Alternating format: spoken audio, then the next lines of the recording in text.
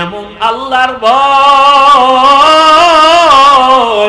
ওমর এত ভয় পাইয়া ইন্তেকালের কিছুদিন আগে ছেলের নাম আব্দুল্লাহ, আব্দুল্লাহরে ডাইকা কান্না করে, ডাক দিয়া কয়, আব্দুল্লাহ মনে হয় বেশি দিন বাঁচবো না, তবে আমি দুইটা দোয়া সব সময় করেছি, আমার মরণটা যেন রসুলের শহরে হয় আর দাফনটা যেন রসুলের পার্শ্বে হয়। কিন্তু আবু বকরও চলে গেছেন, আমার মায়ার নবীও চলে গেছেন। এখন পার্শ্বে তো আয়েশার রুম, আয়েশা যদি অনুমতি না দেয় আমার উপায় নাই, রসুলের পার্শ্বে যেতে পারবো না, কারণ আয়েশার হুজরা সেখানে তার স্বামী রসুল আছেন, তার বাবা আবু বকর। আয়েশা যদি অনুমতি না দেয় আমি রসুলের পাশে যেতে পারবো না। কিন্তু আমার মনে চায় আমি যেই রসুলের মায়া, যেই রসুলের মোহাব্বত ছাড়া এক সেকেন্ড আমি বাঁচতে পারতাম না, মায়ার নবীও আমাকে ছাড়া কোথাও যাইতেন না। এক পার্শ্বে আবু বকর আর এক পার্শ্বে আমি ওমর। পরামর্শ আমার ছাড়া ওমর আবু বকর ছাড়া করতেন না। ওই নবীরে ছাড়া আমি কবরে গিয়া থাকবো কিভাবে? আব্দুল্লাহ আমার মনের ব্যথাটা আম্মাজানকে একটু বল। আম্মাজান কি জবাব দেয় আমাকে এসে শোনা। যখন ওমর এই কথা বলি আব্দুল্লাহকে পাঠায়, আব্দুল্লাহ গিয়ে আম্মাজান আয়েশার কাছে যখন বলতেছেন, আম্মাজান শুইনা চিন্তায় পড়ে গেলেন যে এখন তো আমি একটু খোলামেলা চলি, কারণ আমার স্বামী রসুল নিচে আর আমার বাবাজান আবু বকর। ওমর যদি আসে সে তো ভিন পুরুষ, আমার হুজুরে আসলে আমি কোথায় যাব, কেমনে চলবো? তখন তো আমার চলাফেরা একটু হিসাব করতে হবে। আম্মাজান বলে, আব্দুল্লাহ তোমার বাবারে জানায় দাও, আমি একটু চিন্তা করে বলবো। যখন এ কথা বলিয়া দিল ওমর পেরেশান হয়ে গেলেন। যদি সুসংবাদটা পাইতাম কলিজা ঠান্ডা হয়ে যাইতো। এবার ওমর এই চিন্তা করে আর আল্লাহর কাছে দোয়া করেন। একদিন ওমর মসজিদে নববীতে ফজরের ইমামতিতে দাঁড়াইলেন, দুশমন নামাজের ভিতরে পায়ের উপরে আঘাত করলো, ওমর পড়ে গেলেন। ওই দিনটাও ছিল মুহররম মাসের 1 তারিখ। কি মুহররম? মুহররমের 1 তারিখ ছিল। শাহাদাতে হুসাইনের আলোচনা হয়, ওমরের শাহাদাত মুহররমে আলোচনা হয় না কেন? খবর নাই, জাতির আবেগে দৌড়ায়, বিবেক দুর্বল হয়ে গেছে। ওমর পড়িয়া গেছে, রক্তক্ষরণ হচ্ছে। হঠাৎ সবাই ধরাধরি করলো, নামাজ শেষ করতে না পেরে ওমরের টেনে পেছনে আনলো। ওমর বলতেছে আব্দুল্লাহকে, বাবা আমার বোধহয় বিদায়ের সময় আসছে, আমারে আঘাতটা কি মুমিনে করছে না বেঈমান? নাম যখন কইছে আলহামদুলিল্লাহ, আমি তো চাইছি আমি শহীদি মরণ। বেঈমানের আঘাত যখন আসছে আমার মরণটা তো শহীদ। কিন্তু আমার মনে একটা দুঃখ, আম্মাজানের কাছে বিদায় বেলা আর একবার যাও। আম্মাজান তো আমাকে ওয়াদা দেয় নাই, এখন বিদায় বেলা জিজ্ঞাসা করু আমার দাফনটা কি মায়ার রসুলের কাছে হবে নাকি? আব্দুল্লাহ দৌড়ায় চলে গেলেন আম্মাজান আয়েশার কাছে। আম্মাজানকে যখন বললেন, আম্মাজান চোখের পানি ছাড়িয়া বলে, যাও আব্দুল্লাহ যাও, আমি প্রয়োজনে ভিন্ন ভাবে জায়গায় যাব, আমার দাফন এখানে না হলে অন্য জায়গায় হবে। তবে ওমরের দাবি আমি পূরণ করে নিলাম। ওমর শুইনা খুশি মনে কালেমা পড়ে দুনিয়ার থেকে চলে গেলেন। রসুলের পার্শ্বে দাফন। এতদিন বাবা ছিলেন আর রহমতের নবী। আম্মাজান আয়েশা একটু খোলামেলা চলতেছেন রুমে। যখন ওমরের দাফন হয়ে গেল, এখন আম্মাজান চেহারা ঢাইকা, মাথা ঢাইকা রুমের মধ্যে ঢুকেন আর বের হন। কি ব্যাপার? একজনে জিজ্ঞাসা করি, কয় আপনি এমন কেন, তো করেন আগে করেন নাই? কয় এখন তো ওমর, আমার তো একটু পর্দার দিকে নজর বেড়ে গেছে। এতদিন আব্বা ছিল, টেনশন ছিল না, রহমতের নবী ছিল, কোনো পেরেশানি ছিল না। এখন তো ওমর, আমার তো একটু পর্দার খেয়াল বেড়ে গেছে। ও পর্দার আড়ালের আম্মা জানেরা, ও মা, এতক্ষণ আপনাদের সন্তানদের যত বয়ান শুনাইলাম, আপনার সন্তান ডাক্তার হবে, ইঞ্জিনিয়ার হবে, প্রফেসর হবে, আল্লাহর কসম মা, আপনার আদর্শ ভালো না থাকলে কোনোদিন ভালো সন্তান হতে পারবে না। আমি দাবি একটা করেছি, সন্তান যেন বেয়াদব না হয়, তার আচরণে কোনো মা বাপ যেন কষ্ট না পায়।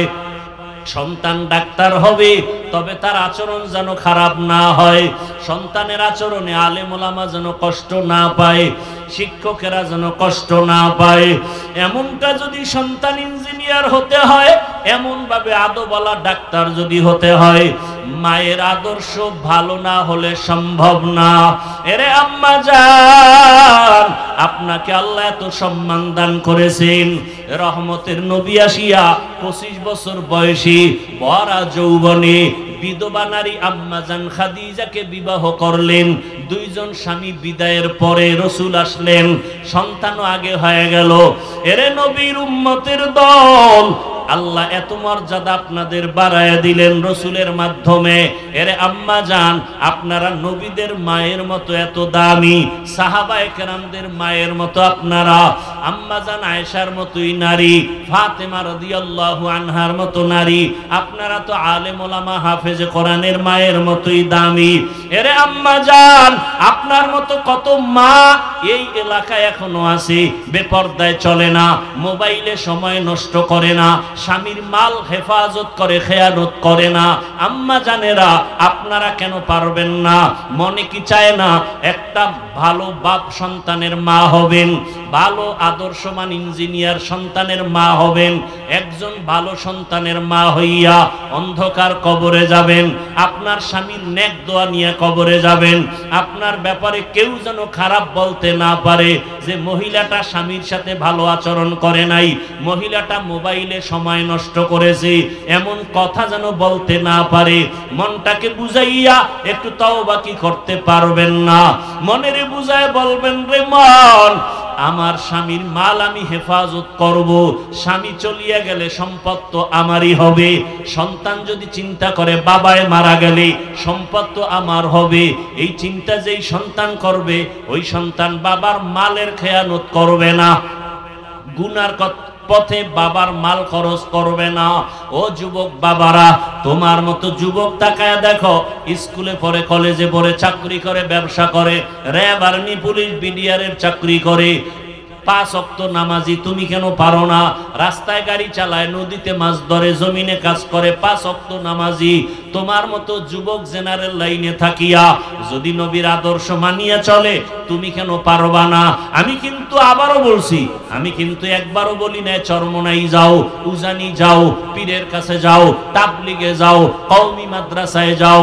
আমি কিন্তু উল্টা বলছি, ডাক্তার হও, ইঞ্জিনিয়ার হও, প্রফেসর হও, চাকরিজীবী হও, র্যাব, আর্মি হও, কোনো বাধা নাই, এমপি মন্ত্রী হও, দাবি একটা, বেয়াদব হইবা না।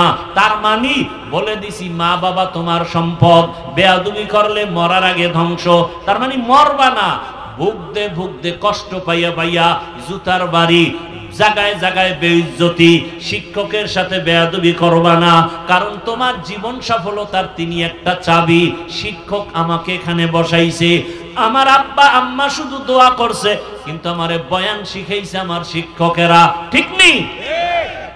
আমার কলম দিয়া দস্তখত আমার মায়ে শিখায় নাই, আব্বা শিখায় নাই, শিক্ষক আমাকে শিখাইছে। আমি আরবি কথা বলি, তেলাওয়াত করি, আমি বাংলা কথা বলি, আমি ইংলিশে কথা বলি, সব আমার শিক্ষকের অবদান, ঠিক নেই?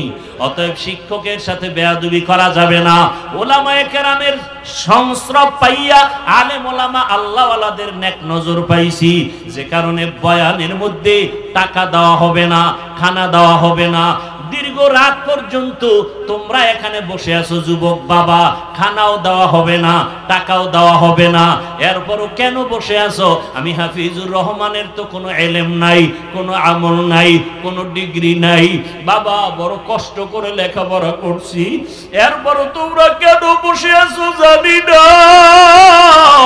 আমার মনে হয় আল্লাহর খাস ওলিদের ডাক দোয়া, আল্লাহওয়ালাদের নেক নজর যত লাগবে, কথার মধ্যে মায়া বাড়বে, আকর্ষণ বাড়বে আর কিছুই না।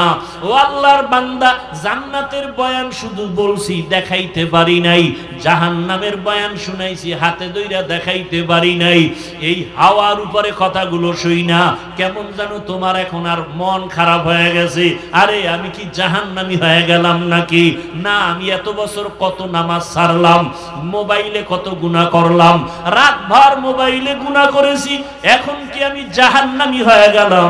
কেমন যেন অনেকের অন্তরে বাড়ি লাগছে। না, আর গুনাহ করব না, নামাজ ছাড়ব না, মা বাবার সাথে বেয়াদবি করব না, শিক্ষকের সাথে বেয়াদবি করব না, ওলামায়ে কেরামের দোয়া নিয়া নবীজির আদর্শ মেনে চলব। এই রকম মন অনেকের তৈরি হতে চলছে, মনের মধ্যে ধাক্কা লেগে গেছে। ও বাবারা, আমি শুধু দোয়ার জন্যই বলতেছি, আমার কিছু চাওয়া পাওয়া নাই। ও আল্লাহর বান্দা, কলিজার যুবক, বৃদ্ধ বাবাজিরা, পর্দার আড়ালের মা বোনেরা, এখনো সময় আছে, তওবা করো।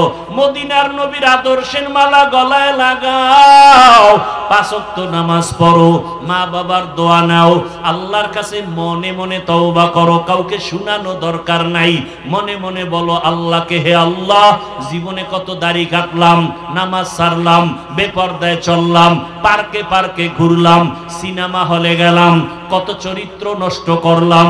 আজকে থেকে তওবার নিয়ত করলাম, আর গুনাহ করব না, আর বেয়াদবি করব না, স্কুলে পড়লেও আর নামাজ ছাড়ব না, ডাক্তার হব, নামাজ ছাড়ব না, ইঞ্জিনিয়ার হব, নামাজ ছাড়ব না।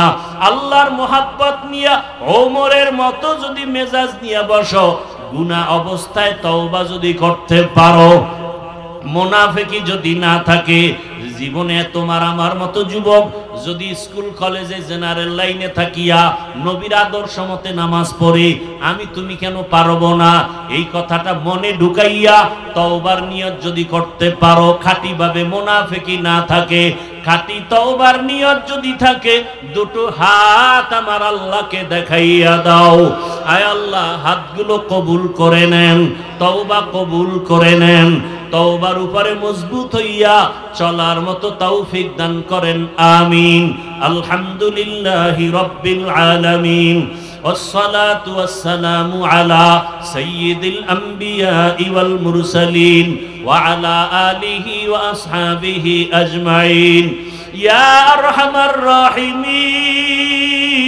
الراحمين يا أرحم الراحمين يا أرحم الراحمين رب ارحمهما كما ربياني صغيرا اللهم إنك عفو كريم تحب العفو فاعف عنا اللهم إنا نسألك رضاك والجنة ونعوذ بك من سخطك والنار يا حي يا حليم يا عزيز بحق إياك نعبد وإياك نستعين اللهم ارحمني بترك المعاصي اللهم ارحمني بترك المعاصي اللهم ارحمني بترك المعاصي اللهم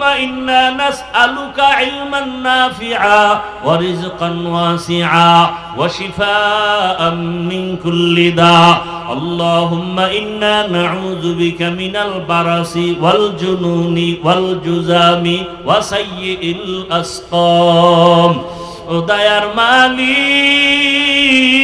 মালিক কুদরতের নজর দিয়া দেখেন বিশাল ময়দানে খোলা আসমানের নিচে বসারও ভালো বিছানা নাই, খানা নাই রে আল্লাহ।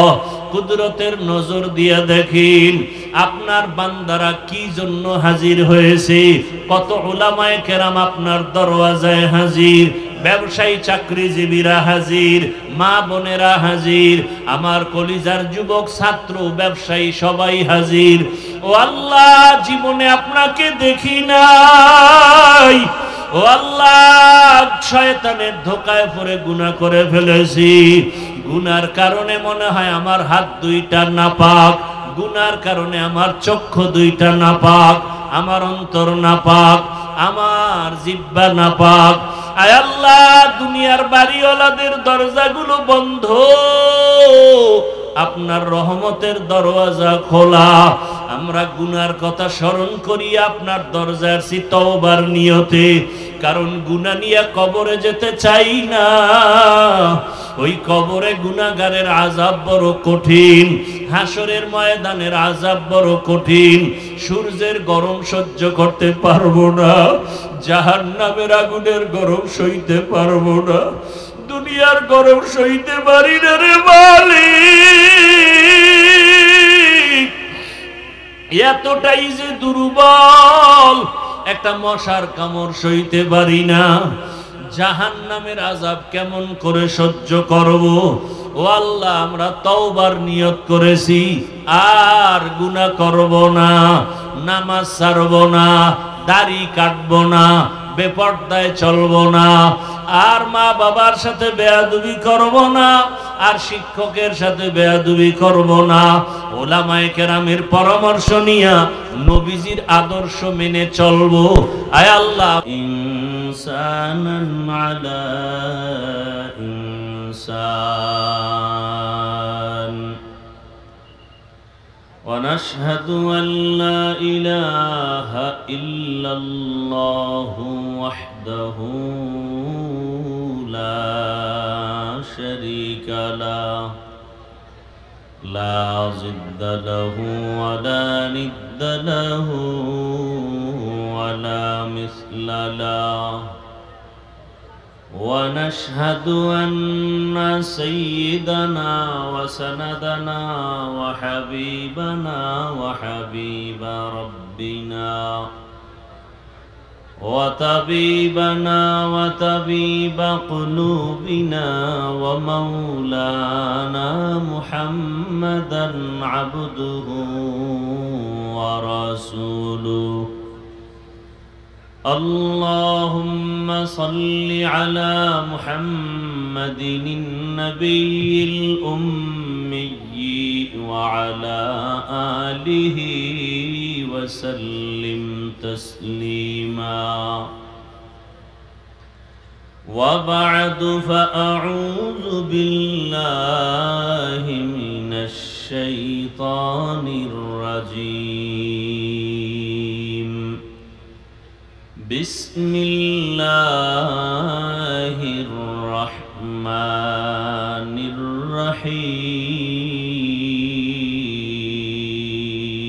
الرحيم لقد كان لكم في رسول الله أسوة حسنة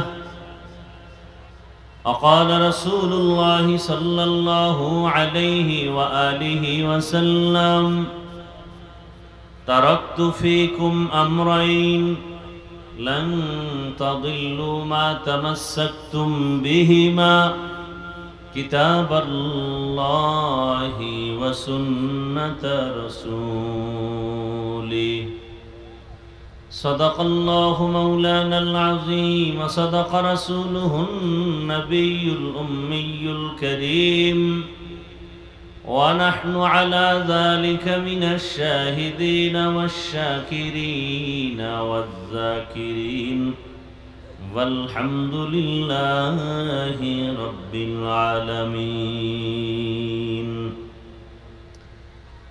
سبحانك لا علم لنا إلا ما علمتنا إنك أنت العليم الحكيم رب اشرح لي صدري ويسر لي أمري واحلل عقدة من لساني يفقه قولي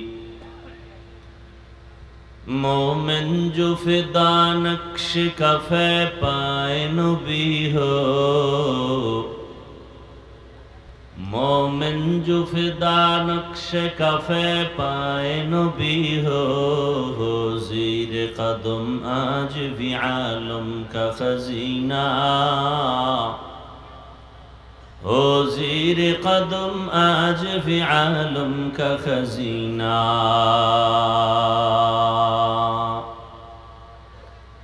गर सुन्नत नबवी की करे पैरवी उम्मत, गर सुन्नत नबवी की करे पैरवी उम्मत, तूफान से निकल जाएगा फिर इसका सफीना।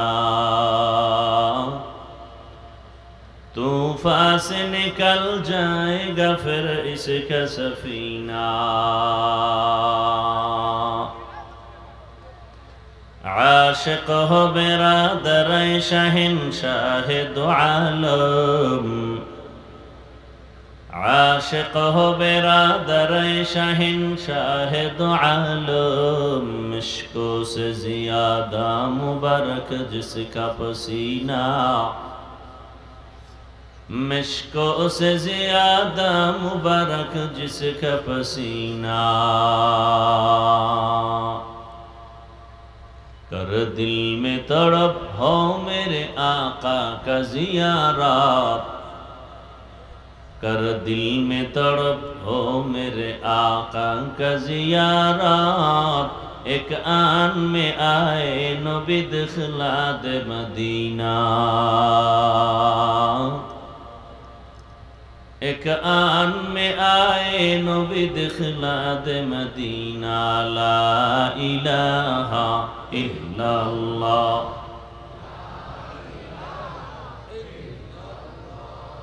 ला इलाहा इल्लल्लाह, ला इलाहा इल्लल्लाह, ला इलाहा इल्लल्लाह, ला इलाहा इल्लल्लाह, ला इलाहा इल्लल्लाह, ला इलाहा इल्लल्लाह, ला इलाहा इल्लल्लाह, ला इलाहा इल्लल्लाह, ला इलाहा इल्लल्लाह, ला इलाहा इल्लल्लाह, मुहम्मदुर रसूलुल्लाह।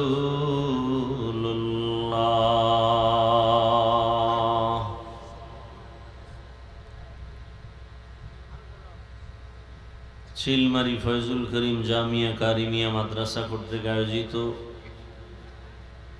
হাফেজ ছাত্রদের পাগড়ি প্রদান উপলক্ষে ওয়াজ মাহফিল 9 সেপ্টেম্বর 2025।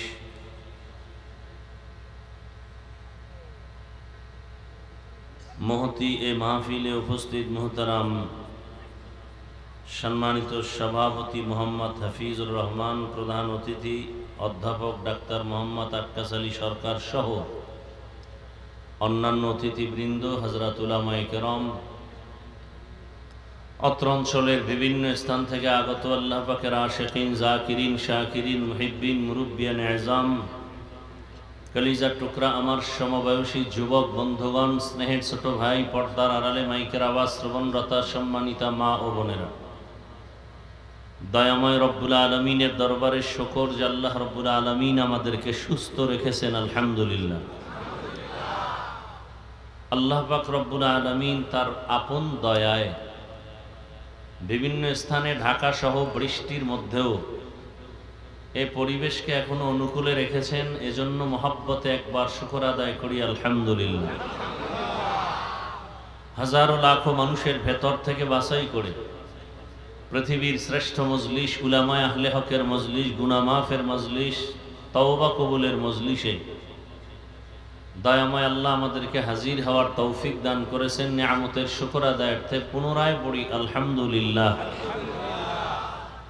দরুদ ও সালাম সৈয়দুল মুরসালিন, রাহমাতুল লিল আলামিন, শফিউল মুজনিবিন, খাতামুন নবিয়্যিন, সৈয়দুস সাকালাইন, ইমামুল মুরসালিন, শফিউ আযম, রাসূল আকরাম, রাহমাতে আলম, নবিয়ুল আরব আল আজম, হাবিব কিবরিয়া, আশরাফুল আম্বিয়া, सैयदुल अंबिया, शफीअ महशर, साक़ी कौसर, आका नामदार, मदीना का ताजदार, आफताब नबूवत, फ़ख्र मौजूदात, सैयदुल मखलूक़ात, हज़रत मुहम्मदुर रसूलुल्लाह। সবাই পড়লেন না কেন? পড়েন। নবীজির নামে দরুদ পড়লে আপনাদের এলাকার ফতুয়া কি গুনাহ হয়? তো বোবা হয়ে বসে আছেন কেন? কপাল পোড়ারাই দরুদ পড়তে পারে না। যারা দরুদ পড়ে না পৃথিবীর নিকৃষ্ট কপাল পোড়া, শুধু কপাল পোড়া না। সবাই আরেকবার মহব্বতে পড়েন সাল্লাল্লাহু আলাইহি ওয়া আলিহি ওয়াসাল্লাম, সাল্লাল্লাহু আলাইহি ওয়া আলিহি ওয়াসাল্লাম। মুখস্থ করেন সাল্লাল্লাহু আলাইহি ওয়া আলিহি ওয়াসাল্লাম। একবার যদি পড়েন সাথে সাথে 3টা পুরস্কার আল্লাহ দান করবেন। প্রথম পুরস্কার 10টা গুনাহ মাফ হয়ে যাবে। দ্বিতীয় পুরস্কার 10টা নেক আমলনামায় যোগ হবে। তৃতীয় পুরস্কার আল্লাহর দরবারে 10 গুণ মর্যাদা বেড়ে যাবে। কয়বার পড়লেই 3 পুরস্কার? একবার। যদি 100 বার আদায় করেন, 200 বার পড়েন, 300 বার পড়েন, উলামায়ে কেরাম লিখেছেন কমপক্ষে প্রতিদিন 300 বার দরুদ পড়া উচিত প্রতিটি মুমিনের জন্য। আর একটা কথা আপনারা মনে রাখবেন, আচ্ছা আপনাদের মনে হয় বেশি ক্ষুধা লাগছে না? আচ্ছা যেই পরিমাণ ক্ষুধা লাগছে বাদাম আর চানাচুর খেলে কি ক্ষুধা নিবারণ হবে? তাহলে বেহেশতের বাগানে 2 ঘন্টা কি খানার জন্য বসছেন? তাহলে এগুলো কেন করতেছেন? বসছেন একটা উদ্দেশ্য নিয়ে, সেখানে খানা কেন? আপনার মোহাব্বত যেমন ফলাফলও তেমন। কেন ওয়াজের প্যান্ডেলে খানা দানা কেন? খানা দানার জন্য দোকান আছে, সেখানে যান। বেহেশতের বাগানে কথা শুনবে মানুষ, ডিস্টার্ব কেন? ঘুমের প্রয়োজন হলে বাসায় চলে যান, খানার প্রয়োজন হলে দোকানে চলে যান। ওয়াজের প্যান্ডেলে ডিস্টার্ব হয় এমন কিছু করিয়েন না। এটা এমন একটা জায়গা, এখানে আসতেও কপাল লাগে, বসতেও কপাল লাগে। এখানে চাইলেই কেউ আসতে পারে না, চাইলেই কেউ বসতে পারে না। আল্লাহ যাকে কবুল করেন সে আসতে পারে, আল্লাহ যাকে কবুল করবেন সে বসতে পারবেন। শুধু এতটুকু না, আল্লাহ যাকে চূড়ান্তভাবে কবুল করবেন সে বয়ান শুনে দোয়া করে বিদায় নিতে পারবেন।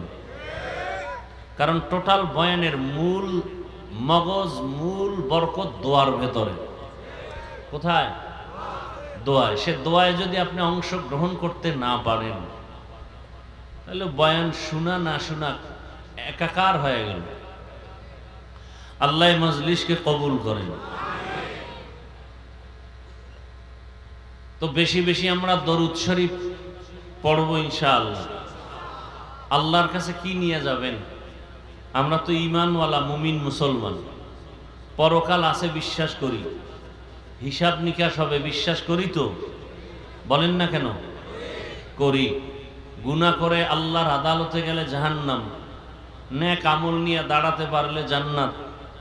তাহলে সেই জান্নাতের আশায় তো এখানে আসছি।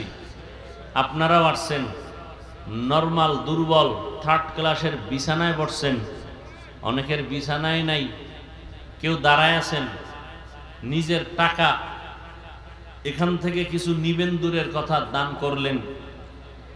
তাহলে এটা বরকতি মজলিস। আসছেন জান্নাত যেহেতু চাই, আল্লাহ যদি প্রশ্ন করেই ফেলেন যে তোমার জীবনের সব গুনাহ মাফ, ছোট একটা আমল আমাকে দেখাও যে আমলটা শুধু আমার জন্যই করেছো, ছোট হোক,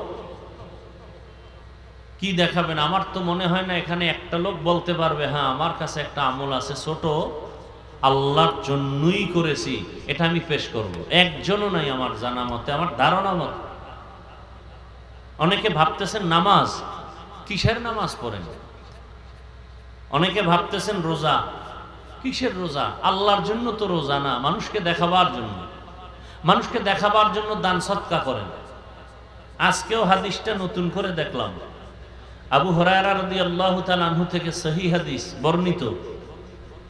কিয়ামতের দিন সর্বপ্রথম জাহান্নামে 3 জন ব্যক্তি যাবে। সর্বপ্রথম জাহান্নামে যাবে 3 ব্যক্তি। সেই 3 ব্যক্তি কারা? পৃথিবীর সমস্ত বিবেক বলবে 3টা লোক বিনা হিসাবে জান্নাতি, সব মানুষ বলবে 3 ব্যক্তি জান্নাতি। কিন্তু আল্লাহ বলেন এই 3টা জাহান্নামের প্রথম বাসিন্দা। তার মধ্যে একজন হলো গলা কাটা শহীদ, ইসলামের জন্য বেঈমানের মোকাবেলায় যুদ্ধ করে শহীদ হয়েছেন, সে জাহান্নামে যাবে জাহান্নামের প্রথম হিসাবের শুরুতে। আরেকজন আলেম জাহান্নামে যাবে, আরেকজন দান সৎকা করনেওয়ালা দানবীর, যে মাদ্রাসায় দান করে, মসজিদে দান করে, আমাদের সারা দুনিয়ার মানুষ বলবে লোকটা জান্নাতে যাবে। একজন আলেম সে জান্নাতে যাবে, একজন গলাকাটা শহীদ জান্নাতে যাবে, দুনিয়ার সবাই বলে জান্নাতে যাবে। আল্লাহ পাক রব্বুল আলামিন 3 জন লোকের ডাকার পরে প্রশ্ন উত্তর করে ফেরেশতাকে বলবেন এই 3 জনকে জাহান্নামে সবার আগে দাও। কেন দিবেন ও বিষয়ে আমি আর আলোচনা ওদিকে যাব না। তাহলে তাদের হালাত যদি এমন হয় আপনার আমার কি উপায়? একবারও তো চিন্তা করি নাই এটা করব সেটা করব না, হায়াতের গ্যারান্টিগত একবারও চিন্তা করছি? কি এত বাহাদুরি, কিসের এত ভাব? আল্লাহ আমাকে হেদায়েত দান করেন, আল্লাহ আপনাদেরকেও হেদায়েত দান করেন। হেদায়েত বড় দামি এক সম্পদ। আপনি মনে করেন আমি মাওলানা, আমি বক্তা, আমি হেদায়েতের উপরে আছি, আপনার থেকে বড় সম্মানে আছি। বরং আপনার যতটুকু ভয় এর থেকে আমার 1000 কোটি গুণে বেশি ভয়। আপনাকে যদি শয়তান ধোঁকা দেয় একটা, আমাকে শয়তান পেছনে অসওয়াসা ধোঁকা দেয় 1000 কোটিটা। আপনাকে ইসলামের রাস্তা থেকে দূরে ফেলে দিলে ইসলামের যতটা ক্ষতি না হবে, আলেমকে জান্নাতের পথ থেকে লাইনচ্যুত করে জাহান্নামের পথে নিতে পারলে দেশব্যাপী দুনিয়াব্যাপী ইসলামের মহা ক্ষতি হবে। এজন্য দেখেন না, সবাই বলে বাংলাদেশে একটা সুন্দর সুবর্ণ সুযোগ আসছে, সবাই খুশি, কিন্তু আমার অন্তরে ভয়। অন্য সময় আপনারা যেই দোয়া করতেন, এখন 1000 কোটি গুণ দোয়া বেশি দরকার একটা বিষয়ের জন্য, যে আল্লাহ উলামায়ে কেরামকে এক বানায় দাও। বরং ওলামায়ে কেরাম এক হতে না পারে সেজন্য কোটি কোটি টাকা ব্যয় করা হচ্ছে বিভিন্ন চক্রের মাধ্যমে। ওরা টাকা খাওয়াইয়া লোক লাগায় দিছে, 2 আলেমের মাঝখানে ফাটল ধরা। আলেম এক হলে আমগো নাস্তিকতার জাতা কলে আমরা মরে যাব। কারণ আজকে যদি আল্লাহর জাতের উপরে শপথ করে বলছি, আমার দেশের আলেম সব এক হয়, বাংলাদেশের জমিনে দাঁড়িয়ে কোনো নাস্তিক, কোনো বেঈমান, কোনো মুনাফিক আলেমের দিকে তাকায় কথা বলার সাহস পাবে না।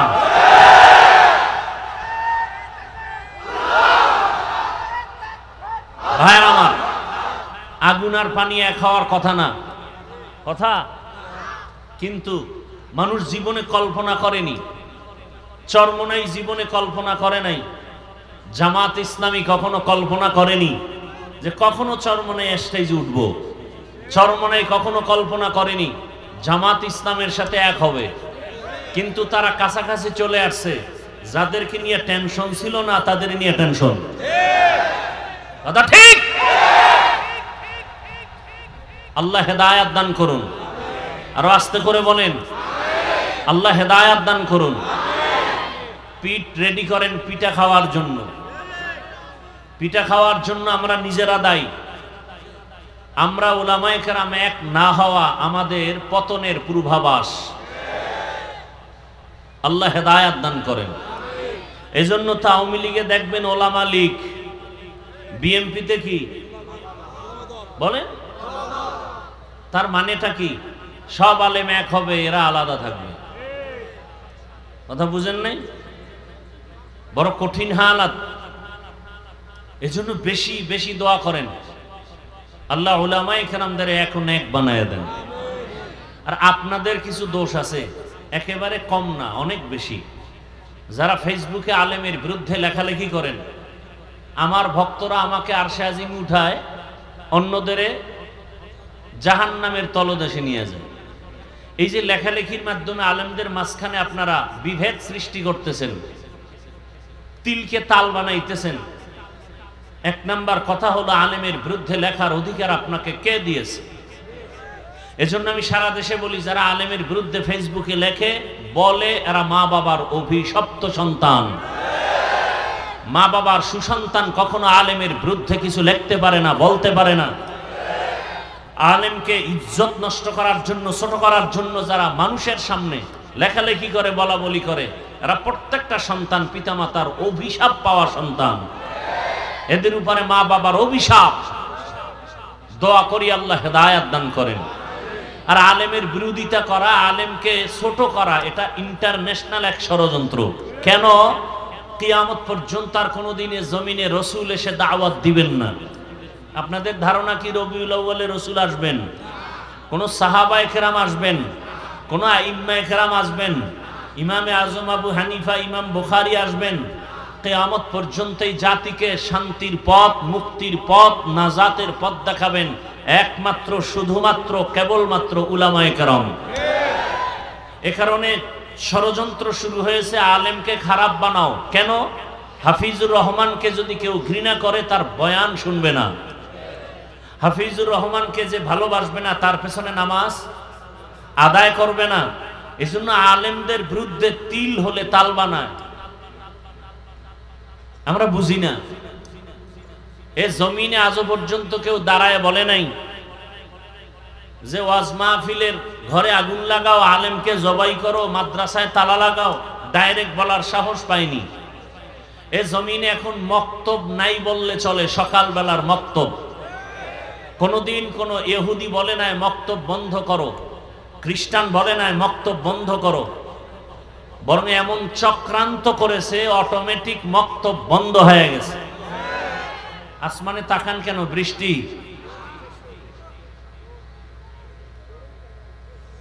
এদিকে খেয়াল করেন ভাইরা আমার, খুব কঠিন খেয়াল করেন। তাহলে মক্তব বন্ধ হয়েছে এমন কৌশল। কি কৌশল? এটা কৌশল না, আমি বলি এটাকে অপকৌশল। কৌশল না অপকৌশল? অপকৌশল। কি সে অপকৌশল? সকালবেলা বাচ্চারা মক্তবে যাবে, বহু চিন্তা ভাবনা করে সেই টাইমে স্কুলের টাইম দেওয়া হয়েছে। কি হলো ফলাফল? মুয়াজ্জিন সাহেব যখন আজান দিতে উঠবেন, আম্মাজান উঠবেন সন্তানকে কেজিতে পাঠাবার জন্য। সুবিধা কি? আসা যাওয়ার গাড়ি ফ্রি, বই ফ্রি, নাস্তা ফ্রি। কথা ঠিক? এখন সকালবেলা বাচ্চারা স্কুলে যায়, মক্তব নাই। বন্ধ করো বলা লাগেনি, অটোমেটিক মক্তব বন্ধ হয়ে আছে। আমরা অনেকে বুঝি না। আল্লাহ আমাদের সহি বুঝ দান করেন। ইনশাআল্লাহ তো বেশি বেশি কি পড়ব? দরুদ শরীফ কতবার প্রতিদিন? 300 বার। কেমনে পড়বেন 300 বার? হাত পায়ে এরকম আটকাইয়া পড়লে কি মনে রাখা যাবে? সুবিধার জন্য একটি পরামর্শ, প্রত্যেকে একটা তসবিহ কিনবেন। কি কিনবেন? কয় টাকা দাম? 20-25 টাকা। আরো বেশি দাম আছে, কম দাম আছে। একটা তসবিহ হাতে নিবেন।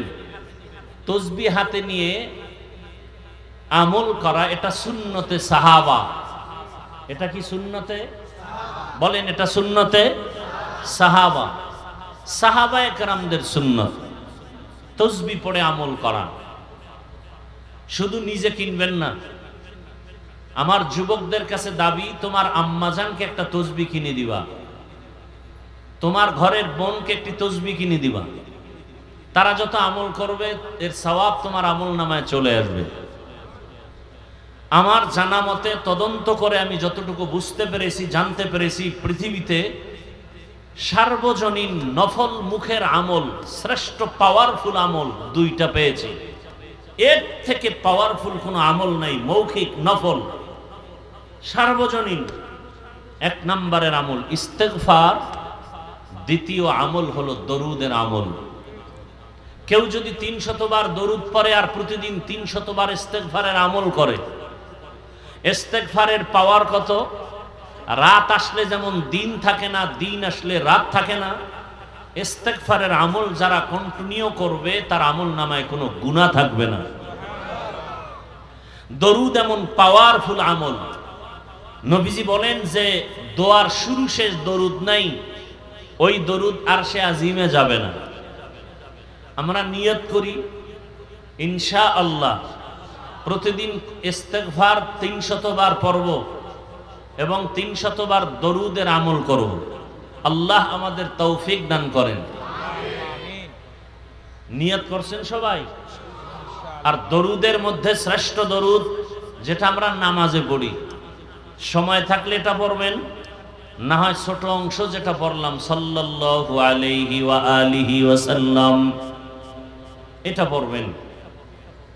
আপনি শুধু এটা তো 300 বার পড়লেন, বাকি টাইম হাঁটতে চলতে উঠতে বসতে কত মুসিবত দেখলেই, অন্তরে কোনো গুনাহের আকর্ষণ আসলেই ইস্তেগফারের আমল আর দরুদের আমল ইনশাআল্লাহ।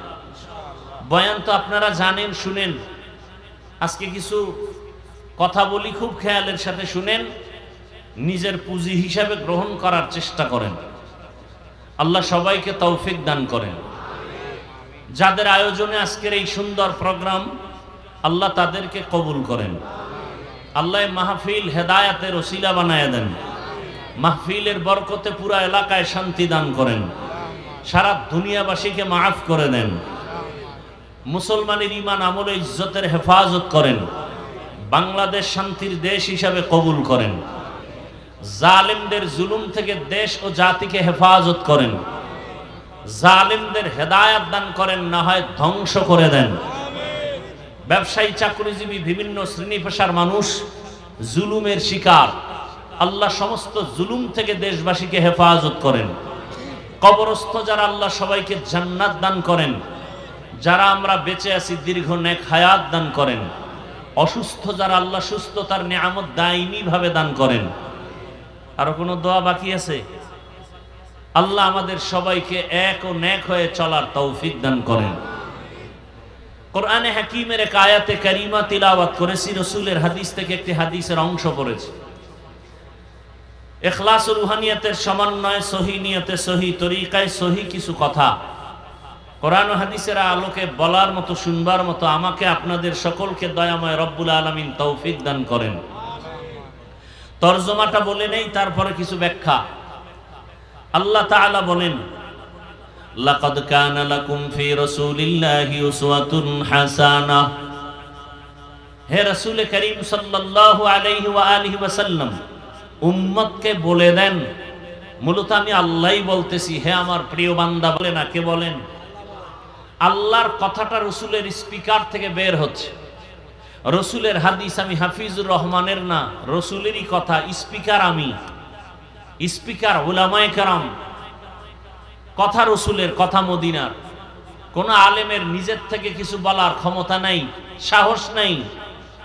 রাসূল যে প্রেসক্রিপশন দিয়েছেন এগুলোই উম্মতকে বুঝাতে হবে। রাসূলের প্রেসক্রিপশন এমন এক পাওয়ারফুল, যেই প্রেসক্রিপশন ফলো করলে দুনিয়ায় বাদশাহ, আখিরাতেও বাদশাহ। আল্লাহ বলেন, তোমাদের জন্য রাসূলের মধ্যে অবশ্যই রয়েছে উত্তম আদর্শ।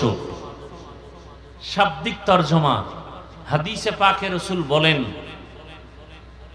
আমি দুটো জিনিস তোমাদের মাঝে রেখে বিদায় নিচ্ছি এবং চ্যালেঞ্জ দিলাম, ওই দুই জিনিস যারা আঁকড়ায় ধরবে তাদের ঈমানও যাবে না, সম্মানও যাবে না। দুইয়ের এক হলো কোরআন, দ্বিতীয় হলো রাসূলের সুন্নাহ বা আদর্শ।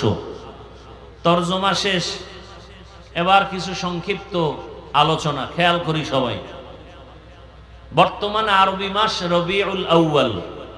কোন মাস? আল্লাহ পাক বলেন বছরে মাস হবে গণনার আকারে 12টা। কিয়ামত পর্যন্ত কোন বছর 11 মাসে হবে না, 13 মাসেও হবে না। কত মাস? ইন্না ইদ্দাতাশ শুহুরি ইনদাল্লাহি 12 শাহরান ফি কিতাবিল্লাহ ইয়াওমা খালাকাস সামাওয়াতি ওয়াল আরদ মিনহা আরবাআতুন হুরুম যালিকাদ দীনুল কাইয়্যিম। গণনার আকারে মাস হবে 12টা। আরবি মাসের প্রথম হলো মুহররম, সফর, রবিউল আউয়াল, রবিউল আখির, জুমাদাল উলা, জুমাদাল উখরা, রজব, শাবান, এরপরে কি রমাজান, শাওয়াল, জিকাদাহ, যুলহিজ্জাহ। 12টা মাসের মধ্যে আল্লাহ বলেন 4 মাস আমি আরেকটু আলাদা করে সম্মান দিলাম। তার মানে অন্য মাসের সম্মান নাই, বিষয়টা এমন না।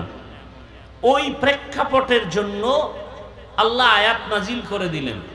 আল্লাহ বলেন বছরে মাস হবে 12টা, আর এর মধ্যে 4 মাস হবে অন্য মাসের তুলনায় একটু দামি, সম্মানিত। বলার মানি হলো সেই সময়ের ক্ষেত্রে যুদ্ধ বিগ্রহ করাটা নিষেধ ছিল, বাস এতটুকুই। কিন্তু ওই হুকুম এখন বলবৎ নাই, এখন সব আম, বাকি মর্যাদা কমে নাই।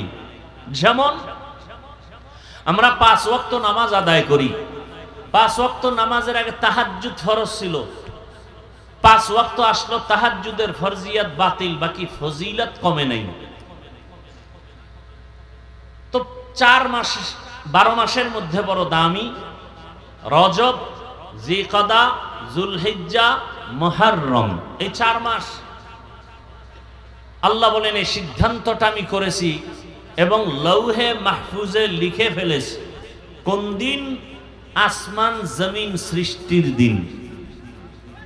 রজব, জিকাদা, যুলহিজ্জা, মুহররম, এই যে 4টা মাস, এর এই ভাই এত ডিস্টার্ব হলে কেমনে কথা বলবো বলেন তো? এই লোকটা কথা বলে কেন? এই মিয়া,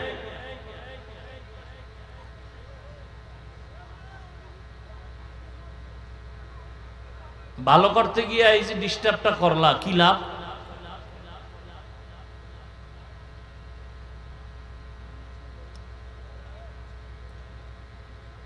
চার মাস রজব, জিকাদা, যুলহিজ্জা, মুহররম, এই 4 মাসে রমজানের কোনো নাম নাই।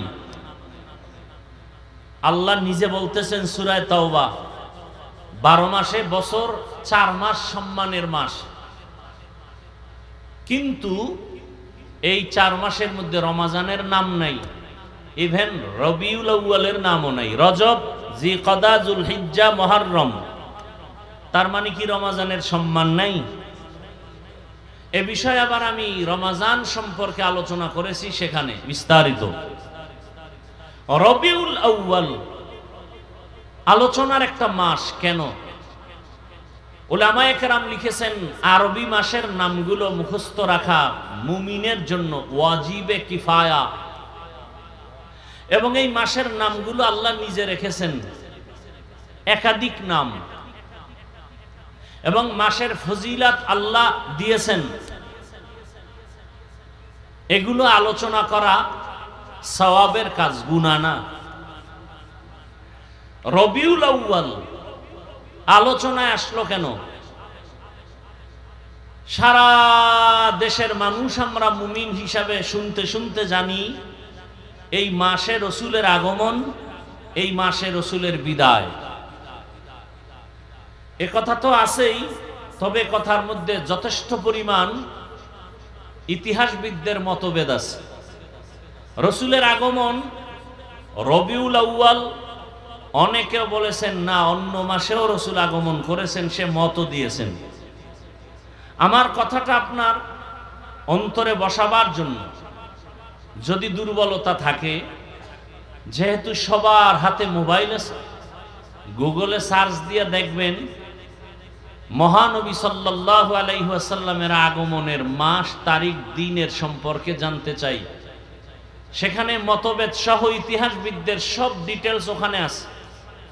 তখন আপনি অনুধাবন করবেন আমার কথাটা কতটুকু সঠিক আর বেঠিক। রবিউল আউয়াল অধিকাংশের মত রসুল আসছেন দুনিয়ায়, এবং এ মাসেই রসুল বিদায় নিয়েছেন। দিন সোমবার, বিদায়ের দিনও সোমবার, আসার দিনও সোমবার, আসার তারিখ এ নিয়েও মতভেদ। কেউ বলেছেন 8, কেউ বলেছেন রবিউল আউয়ালের 9, কেউ বলেছেন রবিউল আউয়ালের 11, কেউ বলেছেন 12 তারিখ।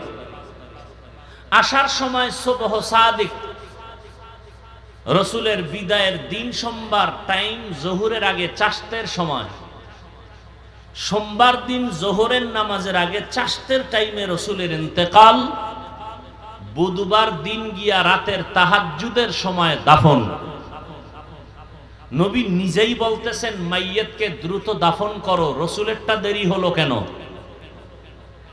2 সমস্যার কারণে রসুলের দাফনে দেরি হয়েছে। জটিল 2টো সমস্যা, এই সমাধানে আসতে সময় লাগছে সোমবার, মঙ্গলবার, বুধবার সারাদিন, রাতের তাহাজ্জুদে দাফন। ওই 2 সমস্যার সমাধান পাওয়ার পরে 2 সমস্যার একটার সমাধান দিলেন তদানীন্তন সময়ে রসুলের প্রিয় একজন ব্যক্তি পুরুষ, আর একটার সমাধান দিলেন রসুলের সহধর্মিনী উম্মাহাতুল মুমিনিন আম্মা জান আয়েশা রাদিয়াল্লাহু আনহা। পুরুষ হিসাবে যিনি আরেকটার সমাধান দিলেন তিনি হলেন জান্নাতের প্রথম বাসিন্দা। কে? আবু বকর সিদ্দিক রাদিয়াল্লাহু তাআলা। এবং এখানে এই পয়েন্টটাও মনে রাখবেন, আমি বলবো না বিস্তারিত, শুধু এতটুকু পয়েন্ট বলি। রসুল যে ভবিষ্যৎবাণী করেছেন আমার পরে উম্মতের মাঝে ইখতিলাফ হবে আর 72 দল হবে জাহান্নামী, 1 দল হবে জান্নাতি। সেই 72 দলের সূত্রপাত হয়েছে রসুলের ইন্তেকাল থেকে দাফনের আগেই ফাঁকে সময়। 73 দল তৈরি হয়ে গেছে। 73 দলের মূল যারা, এরা তৈরি হয়ে গেছে রসুলের ইন্তেকাল থেকে দাফনের আগ মুহূর্তে। বিস্তারিত আলোচনা এখানে আর করার সময় নেই।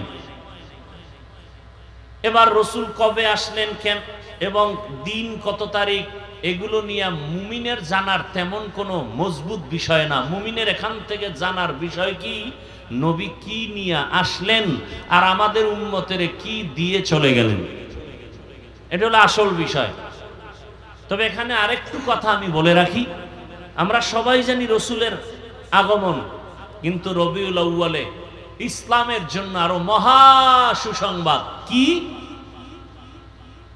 ভেলাদাতুন নবী সাল্লাল্লাহু আলাইহি ওয়াসাল্লাম। রবিউল আউয়ালে শুধু রসুলের ভেলাদাত না, রসুলকে যে রিসালাত দেওয়া হলো, কিতাব দেওয়া হলো, তাও রবিউল আউয়াল ছিল। রসুল বেঈমানের তাড়নায় পড়ে জন্মভূমি ত্যাগ করে ইসলামের ইতিহাসে এক বড় পাওয়ারফুল মুসলমানের সুসংবাদ, কষ্টের মাঝেও শান্তি, তা হলো মক্কা থেকে মদিনাতুল মুনাওয়ারার হিজরত। সে হিজরত হয়েছে রবিউল আউয়ালে। রসুলের ভেলাদাত রবিউল আউয়াল, রসুলের রিসালাত রবিউল আউয়াল, রসুলের হিজরত রবিউল আউয়াল, রসুলের রেহলাত বা ওয়াফাত রবিউল আউয়াল। কয়টা জিনিস পাইলাম? কথা বলতে হবে। 4টে জিনিস পাইছি রবিউল আউয়ালে: ভেলাদাত, রিসালাত, হিজরত, ওয়াফাত বা রেহলাত। রসুলের আগমনে কি পেয়েছি, ভেলাদাতে কি পেয়েছি, সমস্ত উলামায়ে কেরাম লিখেছেন রসুলের মিলাদ যাকে বলি, ভেলাদাত বলি, দুনিয়াতে আসছেন। রসুলের আশাতে এ দুনিয়াবাসী, মক্কাবাসী মুমিনরা পেয়েছি আজাদিয়াত, অর্থাৎ মুক্ত স্বাধীনতা। বিস্তারিত বলতে গেলে অনেক সময়। আবুল আহাব তার দাসীকে মুক্ত করে দিল, পারস্যের অগ্নি নিভে গেল, জুলুম বন্ধ হয়ে গেল, মানুষ স্বাধীনতা লাভ করলো। রিসালাতের দ্বারা পেয়েছি শরিয়াত, অর্থাৎ জীবনকে গড়ার এক মূল থিম। হিজরতের দ্বারা পেয়েছি মদদ, নুসরত, আল্লাহর সাহায্য। বদরের যুদ্ধ, উহুদের যুদ্ধ, খন্দকের যুদ্ধ, যুদ্ধের মাঝে আল্লাহ ডাইরেক্ট সাহায্য করেছেন। মুসলমান বাড়ি করার সুযোগ পেয়েছে, ঘর করার সুযোগ পেয়েছে, ওপেন নামাজ আদায় করেছেন, দাওয়াতের কাজ শুরু হয়ে গেছে। গনিমতের মাল পেয়েছেন, নিজেরা মোটামুটি একটু স্বাচ্ছন্দ্যে জীবন যাপন করার সুযোগ পেয়েছেন, তাহলে হিজরতের দ্বারা নুসরাত বা আল্লাহর মদদ, সফলতার জীবন। আর রসুল চলে যাওয়ার পরে আমরা কি হাদিয়া পেয়েছি? আমরা রসুলের ইন্তেকাল বা ওয়াফাত বা রেহলাতে পেয়েছি নিজামে খেলাফত, অর্থাৎ একজন বক্তা, একজন মসজিদের ইমাম, একজন রাষ্ট্রের ইমাম না থাকলে সেখানে কি করতে হবে, পরবর্তী খলিফা কিভাবে নিযুক্ত করতে হবে, আল্লাহর রসুলের ইন্তেকালে আমরা সেই খেলাফতের নিয়ম নীতি পেয়েছি। কিভাবে খলিফা নির্দিষ্ট করতে হবে, ইমাম বানাতে হবে, যে আব্রাহাম লিঙ্কনের আদর্শ না মাও সেতুনের আদর্শ না লেনিনের আদর্শ, এখানে আদর্শ হবে রহমাতুল্লিল আলামিনের আদর্শ। রসুলের ইন্তেকাল হয়ে গেল, উম্মতের জন্য মাপকাঠি চলে আসলো খেলাফতে রাশেদা, খুলাফায়ে রাশিদিন। নবী বলে গেলেন, আলাইকুম বিসুন্নতি ওয়া সুন্নাতিল খুলাফাইর রাশিদিন আল মাহদিয়িন, আমার সুন্নতের আঁকড়ায় ধরো, আমার খুলাফায়ে রাশিদিনের আদর্শ বা সুন্নতকে আঁকড়ায় ধরো। যদি ধরতে পারো, দুনিয়ায় বাদশাহ, আখিরাতেও বাদশাহ। খুলাফায়ে রাশিদিন আবু বকর, ওমর, ওসমান, আলী, নবীর আদর্শকে সুন্নাত শব্দ বলেছেন। আবু বকর, ওমর, ওসমান, আলীর আদর্শকে সুন্নাত শব্দ দ্বারা রাসূল অবহিত করেছেন। আলাইকুম বিসুন্নতি ওয়া সুন্নাতিল খুলাফাইর রাশিদিন আল মাহদিয়িন। খুলাফায়ে রাশিদিনের সুন্নাত, আদর্শকে সুন্নাত বলার মানে হলো, রাসূল বলে গেলেন, আমি দুইটা জিনিস রেখে গেলাম, আঁকড়ায় ধরো। তারাকতু ফীকুম আমরাইন লান তাদিল্লু মা তামাসসাকতুম বিহিমা, কিতাবাল্লাহ ওয়া সুন্নাত রাসূলি। আমার সুন্নাত, আমার সাহাবা খোলাফায়ে রাশিদিনের সুন্নাত, আমার সুন্নাত খোলাফায়ে রাশিদিনের সুন্নাত। কারণ আমার অনেক কাজ আছে যেটা সুন্নাত না, আমি করেছি সাহাবায়ে কেরাম করে নাই, অথবা আমি করি নাই সাহাবায়ে কেরাম করছে, আমি সমর্থন দিছি। তোমরা দুনিয়াওয়ালারাও এটা করতে হবে। সাহাবায়ে কেরাম খোলাফায়ে রাশিদিনের সুন্নাত।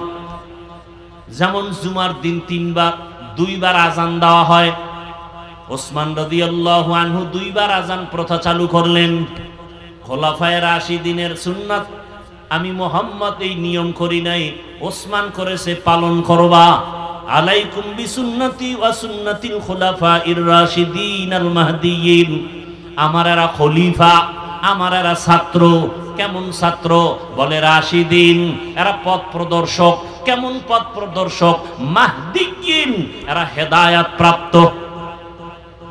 সুবহানাল্লাহ, না এরা হেদায়েত প্রাপ্ত। রহমতের নবী বলেন, আসহাবি কান্নুজুম, আমার এক একজন সাহাবী আকাশের এক একটা নক্ষত্রের মতো। তার মানে বর্তমানে উদাহরণটা দেওয়া বড় সহজ। আমাদের কুয়াকাটার পরে দক্ষিণবঙ্গে বঙ্গোপসাগর, কক্সেস বাজারের ওপারে বঙ্গোপসাগর। ইলিশ মাছ ধরার জন্য জেলেরা 500 হাত 400 হাত পানির মধ্যে চলে যায়, যেখানে টাওয়ার নাই, নেটওয়ার্ক নাই, মোবাইল বন্ধ, সব বন্ধ। জেলেকে বললাম, তোমরা এমন জায়গায় চলে যাও যেখানে টেলিফোন চলে না, যেখানে 500 হাত পানি, 400 হাত পানি। তো ওখানে তোমরা আবার পথ চিনে বাড়ি আসো কিভাবে? বলে, আমরা আকাশের নক্ষত্র দেখে পথ নির্ণয় করি। আরবের প্রথা ছিল আকাশের নক্ষত্র দেখে ভাগ্য পরিবর্তন করত, ভাগ্য নির্ণয় করত। আল্লাহর রাসূল বলেন, আসহাবি কান্নুজুম, আমার এক একজন সাহাবী আকাশের নক্ষত্র। তার মানে জান্নাতে তোমার ভাগ্য পরিবর্তনের এক একটা নক্ষত্র, এক একটা হাতিয়ার। যেমন একটু আগে আপনাদেরকে 3বার বলাইছি, তসবিহ হাতে নিয়ে আমল করা সুন্নতে গেছে, ভুলে গেছে 1 মিনিটে। তসবিহ হাতে নিয়ে আমল করা সুন্নতে সাহাবা। যদি সাহাবারে আমলটা না করতেন, আমরা দলিল কই পেতাম? আবু হুরায়রা বলেন আমি সুতা বানাইয়া গিরা লাগাইয়া এরপরে তসবিহ বানাইয়া সুন্নফল আমল করতাম। অন্য বর্ণনা আছে যে পাথর দিয়া তসবিহ বানাইয়া আমল করছেন। এজন্য বললাম তসবিহ হাতে নিয়া আমল করা সুন্নতে সাহাবা। বলার দায়িত্ব আমার, মানবেন কিনা সে দায়িত্ব আপনার। হেদায়েতের মালিক কে? মান ইয়াহদিল্লাহু ফাহুয়াল মুহতাদ ওয়া মান ইউদ্লিল ফালান তাজিদা লাহু ওয়ালিয়াম মুরশিদা। আল্লাহ তাআলা বলেন আমি যাকে হেদায়েত দিব সে হেদায়েত পেয়ে যাবে, আর যার কপাল খারাপ হেদায়েত পাবে দূরের কথা, হেদায়েত পাওয়ার মতো কোনো মুর্শিদও পাবে না। আরবি কোরআনের শব্দ মুর্শিদ। এই মোবাইলে আকাম জীবন তো কম করলি না, ভালো ভালো কিছু কাজও মাঝে মাঝে কর। মোবাইলে ডাউনলোড কর বাংলা কোরআন লিখিয়া, 30 পারা কোরআন চলে আসবে। এরপরে সূরাগুলোর মাঝে মাঝে তরজমা পড়ো বাংলায়, দেখবা মাঝে মাঝে অন্তরে ধাক্কা লাগবে, গুনার ভয় চলে আসবে। মুর্শিদ শব্দের অর্থ হলো পথ দেখানেওয়ালা, পথ প্রদর্শক। হেদায়েত শুধু কিতাব দিয়ে কেউ পাবে না। যারা শুধু কিতাব দিয়ে হেদায়েত খুঁজবে, খোদার কসম খাসারাত দুনিয়া ওয়াল আখিরা, এরা দুনিয়াতেও ধ্বংস আখিরাতেও ধ্বংস। আবার যারা কিতাবাদি বাদ দিয়ে শুধু ব্যক্তির গোলামি করবে, এরাও ধ্বংস। আমগো সমাজে দোনো দল আছে। এক দল বলে কোনো ব্যক্তি লাগবে না, শুধু কিতাব মানি। হ্যাঁ, এরা ধ্বংসের পথে চলে গেছে। আর এক দল বলে কিতাবও বুঝি না, আব্বাও বুঝি না, আমিও বুঝি না, কোনো কিতাব দরকার নাই, আমি পীরের কাছে গেছি, পীর আমাকে জাহান্নামে নিলে আমিও যাব। এরাও পথভ্রষ্ট। আর যারা বলবে না আমরা ইমামও মানি, কিতাবও মানি, কোরআন মানি, হাদিস মানি, ইমাম আবু হানিফাও মানি, ইমাম বুখারীকেও মানি, কতক্ষণ ইমাম আবু হানিফারে মানি, ইমাম বুখারীকে মানি কতক্ষণ? ইমাম আবু হানিফার কথা, ইমাম বুখারীর কথা কোরআন হাদিস অনুযায়ী হবে যতক্ষণ। কোনো ঝামেলা আছে? আল্লাহ হেদায়েত দান করুন। জিন্দেগি মে बंदगी तू करना है,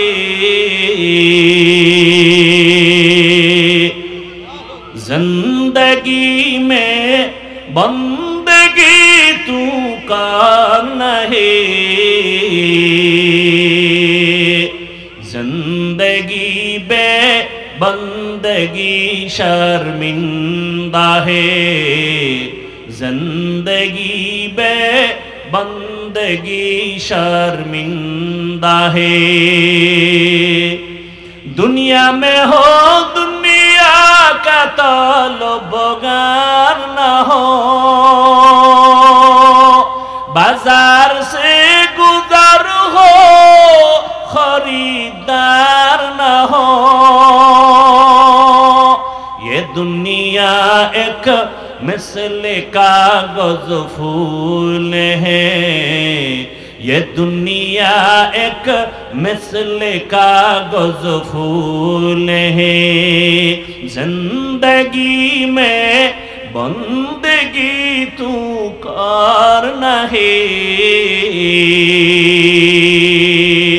जिंदगी में बंदगी तू करना है,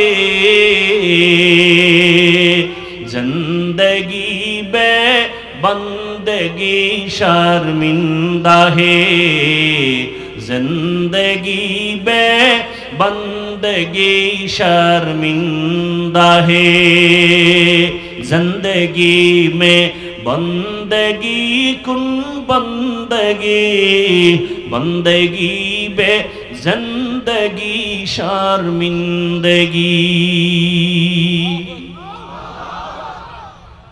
रहमतेर नबी रबिउल आव्वाले আসলেন। কি নিয়ে আসলেন?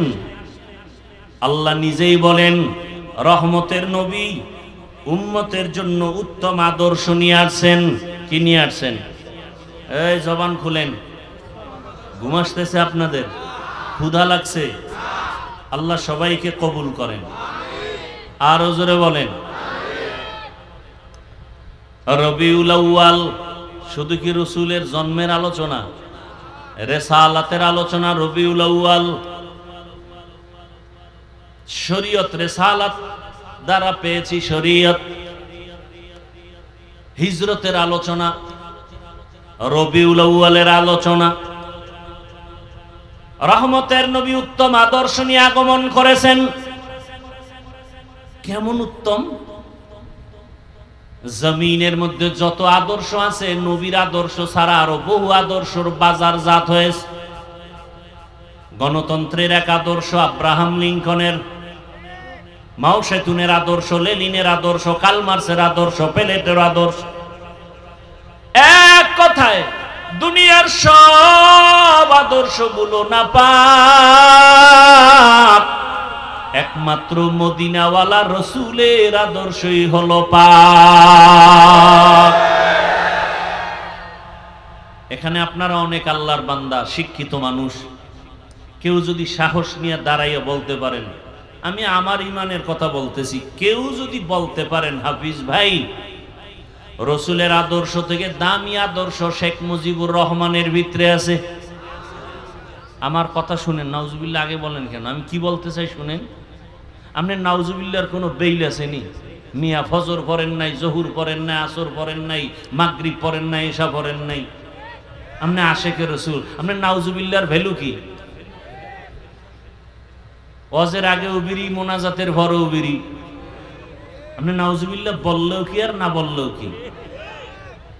আল্লাহ হেদায়াত দান করুন। তবে আপনাদের ফতুয়া তো একটা জানা আছে, নামাজ না পড়লেও আপনাদের দিল তাজা। মদিনার রসুল বলেন নামাজ যারা পড়ে না ওরা পৃথিবীর নিকৃষ্ট চোর, আর আপনি বলেন আপনার দিল পরিষ্কার। আল্লাহ হেদায়াত দান করুন। যদি কেউ বলতে পারে শেখ মুজিবুর রহমানের আদর্শ রসুলেরটা থেকেও ভালো, তাহলে আমারটা আমি বলছি, আমি রসুলেরটা বাদ দিয়া তার আদর্শ নিব। খুব খেয়াল করেন, কেউ যদি এখানে দাঁড়ায় বলতে পারেন শিক্ষিত বাবারা রসুলের আদর্শ থেকে জিয়াউর রহমান সাহেবের আদর্শ আরো সুন্দর, তাহলে আমি রসুলেরটা বাদ দিয়া জিয়াউর রহমানেরটা নিব। বলার মতো কলিজা আসেনি কারো? হ্যাঁ, নাই তো নাই। বরং আমার থেকে শুনো, জমিনে যত আদর্শ সব আদর্শ নাপাক, একমাত্র মদিনার আদর্শই হলো পাক। আচ্ছা, অনেকটা নাপাক কেন? জিয়াউর রহমান সাহেবের আদর্শটাও নাপাক, শেখ মুজিবুর রহমান সাহেবের আদর্শ নাপাক, আব্রাহাম লিঙ্কনের আদর্শ নাপাক, মাও সেতুনের আদর্শ নাপাক। কেন? তাদের জিন্দেগিটাই নাপাক, তাদের দিমাগটাই নাপাক। কি? যেই লোকটা 3 বেলা খানা খাইয়া মদের বোতল হাতে নেয়, বিড়ি টানে, ওর দিমাগ ঠিক আছে? আপনাদের দেশে কেউ মদ পান করিয়া জিকির করেনি, বরং বউরে মা কয়া ডাকে, ঠিক নেই? তাহলে তার মেধা ঠিক আছে? যার বিবেক ঠিক নাই, তার বুদ্ধিমত্তাও ঠিক নাই, তার থিওরি গুলো সব ভুল। কথা ঠিক? অতএব আমার রসুল কেন পাক? বলে আমার রসুলের পুরা জিন্দেগিটাই পাক। কেমন পাক? রসুল এমন এক সময় মক্কা নগরীতে আসেন, যেই মক্কা নগরীর মানুষগুলো ছিল চরিত্রহীন, লম্পট, এত খারাপ। মক্কার মানুষের মতো খারাপ জমিনে আর কোনো মানুষ ছিল না। কেমন খারাপ? নারী আর পুরুষ সব উলঙ্গ, বাইতুল্লাহ তাওয়াফ করে, সব একসাথে নারী পুরুষ উলঙ্গ। বিষয় কি? কয় আমগো কাফুর নাফাক, ময়লা, এই জন্য এই কাপড় নিয়ে বাইতুল্লাহ যাব না, লজ্জা, তো ল্যাংড়া যাবো। ওই একজনে আমগো উদাহরণ আছে না, পাগড়ির ফজিলতের কথা শুনে লঙ্গি খুইরা বান্ধে ফেলাইছে। কয় যে লঙ্গি থাকে থাক না থাক, কিন্তু পাগড়ির বরকত ছাড়া যাবে না। কিছু মানুষ আছে না অতি আবেগ, কোরবানির বয়ান শুনে নিয়ত করছে কোরবানি না দিয়ে মরমু না, বাড়ি যায় টেনশনে পড়ে গেছে, ওয়াদা তো করে ফেলছি, ওয়াদা ভাঙা যাবে না, তো কাবা ঘর ভাঙার সমান। কোরবানি যে দিব টাকা নাই, কি করা যায়? কয় চুরি করে হলেও দিব। তো চুরি করবো কই? মামার বাড়ি একটা নতুন গরু কিনছে, দেওয়ার জন্য এটারে নিয়ে আসছে। রাস্তায় ইমাম সাহেব দেখে, খাই তুমি না গরিব? বলে হ্যাঁ। তো গরু নিয়ে যাও কই? বলে নিয়ত করে ফেলাইছি কোরবানি দেব। বইলে আনছো? বলে বইলে আনলে কি আর ভোর রাত্রে আসছি? এটা চুরি করে নিয়ে যায়। তো চুরি করে কি কোরবানি হবে? কয় এমন একটা প্যাচ আপনি দিবেন তা বুঝছি। জবাবও রেডি। চুরি করার গুনাহ কোরবানির ফজিলাত সমান, মাঝখানে গোশত খামু ভাও। মক্কার মানুষ এত জাহেল, পশু জবাই করিয়া রক্তগুলো দেওয়ালে মাখে বাইতুল্লাহর বরকত মনে করে। আল্লাহ বলে সাবধান, লাই ইয়ানালাল্লাহা লুহুমুহা ওয়ালা দিমাউহা ওয়ালাকিন ইয়ানালুহুত তাকওয়া মিনকুম। এই পশু জবাই করনেওয়ালা, তোর রক্ত গোশতর কোনো মূল্য নাই, তোর অন্তরের তাকওয়ার বড় দাম। ইন্না আকরামাকুম ইনদাল্লাহি আতকাকুম। আল্লাহর কাছে আমার চেহারার দাম। বলেন, আল্লাহর কাছে আমার কণ্ঠের দাম, আল্লাহর কাছে আমার পোশাকের দাম। قال رسول الله صلى الله عليه وآله وسلم إن الله لا ينظر إلى صوركم وأموالكم ولكن ينظر إلى قلوبكم وأعمالكم। রহমতের নবী বলেন, হে উম্মত, আল্লাহ বান্দার চেহারাও দেখেন না, সূরাতও দেখেন না, আল্লাহ তার টাকা মাল দেখেন না, আল্লাহ দেখেন তার অন্তরের অবস্থা। हर के दारत खौफे हक दर दिल मदाम जन्नतुल मअवा देहदूरा मकाम जुज़बा हक ची जे मखाद इंसो जा फजले उआ मस्ते दर जुमला जहां। মক্কার মানুষ কত খারাপ। মহিলা পছন্দ করে না, বিধবা পছন্দ করে না, কন্যা সন্তান পছন্দ করে না। বাবায় যদি খবর পায় গর্ভের ভিতরে কন্যা সন্তান আসছে, মাথা গরম। অনেক বাবা দুনিয়াতে আসার পর নিজের কন্যাটার গলা টিপে মেরে ফেলেছে। বহু বাবা লজ্জায় বাজারে যায় না, কন্যা হয়েছে এই লজ্জা। এমন সমাজ, মানুষ এত খারাপ। বিয়া শাদীর কোনো ভালাই নাই, জেনা চলতেছে অবাধে। বাচ্চা যদি গর্ভে আসে, এই মেয়ের বাচ্চার বাবা কে হবে দুনিয়ার কেউ বলতে পারে না। কয় মেয়েটার স্বামী কেমনি নির্ধারণ হবে? কয় লটারি ফালাও। এই মেয়েটা কতজনের সাথে জিনা করছে, এদের দাওয়াত দেয় লাইনে দাঁড় করাইয়া। এরপরে চেহারাগুলো দেখে। বাচ্চার মা দেখে যদি বলে এই পুরুষ এই বাচ্চার বাবা, তখন থেকে ওই ব্যক্তি ওই মহিলার স্বামী। বিয়ার সিস্টেম। দুনিয়ার আকাম করবে তাসনিমার মতো। এরপরে তাসনিমা না বলছিল, এমবিবিএস ডাক্তার বলে আমি তাসনিমার পেট আমার শরীরের অংশ, আমার পেটে বাচ্চা, আমি যেখান থেকে মনে চায় সেখান থেকে নিব। কি আলহামদুলিল্লাহ। যেখান থেকে মনে চায় সেখান থেকে পেটে বাচ্চা। কুকুর নিতে পারে, মানুষ নিতে পারে না। কুকুর যেখান থেকে মনে চায় সেখান থেকে বাচ্চা নিতে পারে, এটা পশু। মানুষ নিতে পারে না। মানুষ নিতে গেলে সে মানুষ থাকে না, হায়াওয়ান থেকেও খারাপ। ঘোষণাকার, ওয়ালাকাদ যারানা লিজাহান্নামা কাসীরাম মিনাল জিন্নি ওয়াল ইনস লাহুম কুলুবুন লা ইয়াফকাহুনা বিহা ওয়ালাহুম আ'য়ুনুন লা ইউবসিরুনা বিহা ওয়ালাহুম আযানুন লা ইয়াসমাউনা বিহা উলাইকা কাল আনআমি বাল হুম আযাল উলাইকা হুমুল গাফিলুন।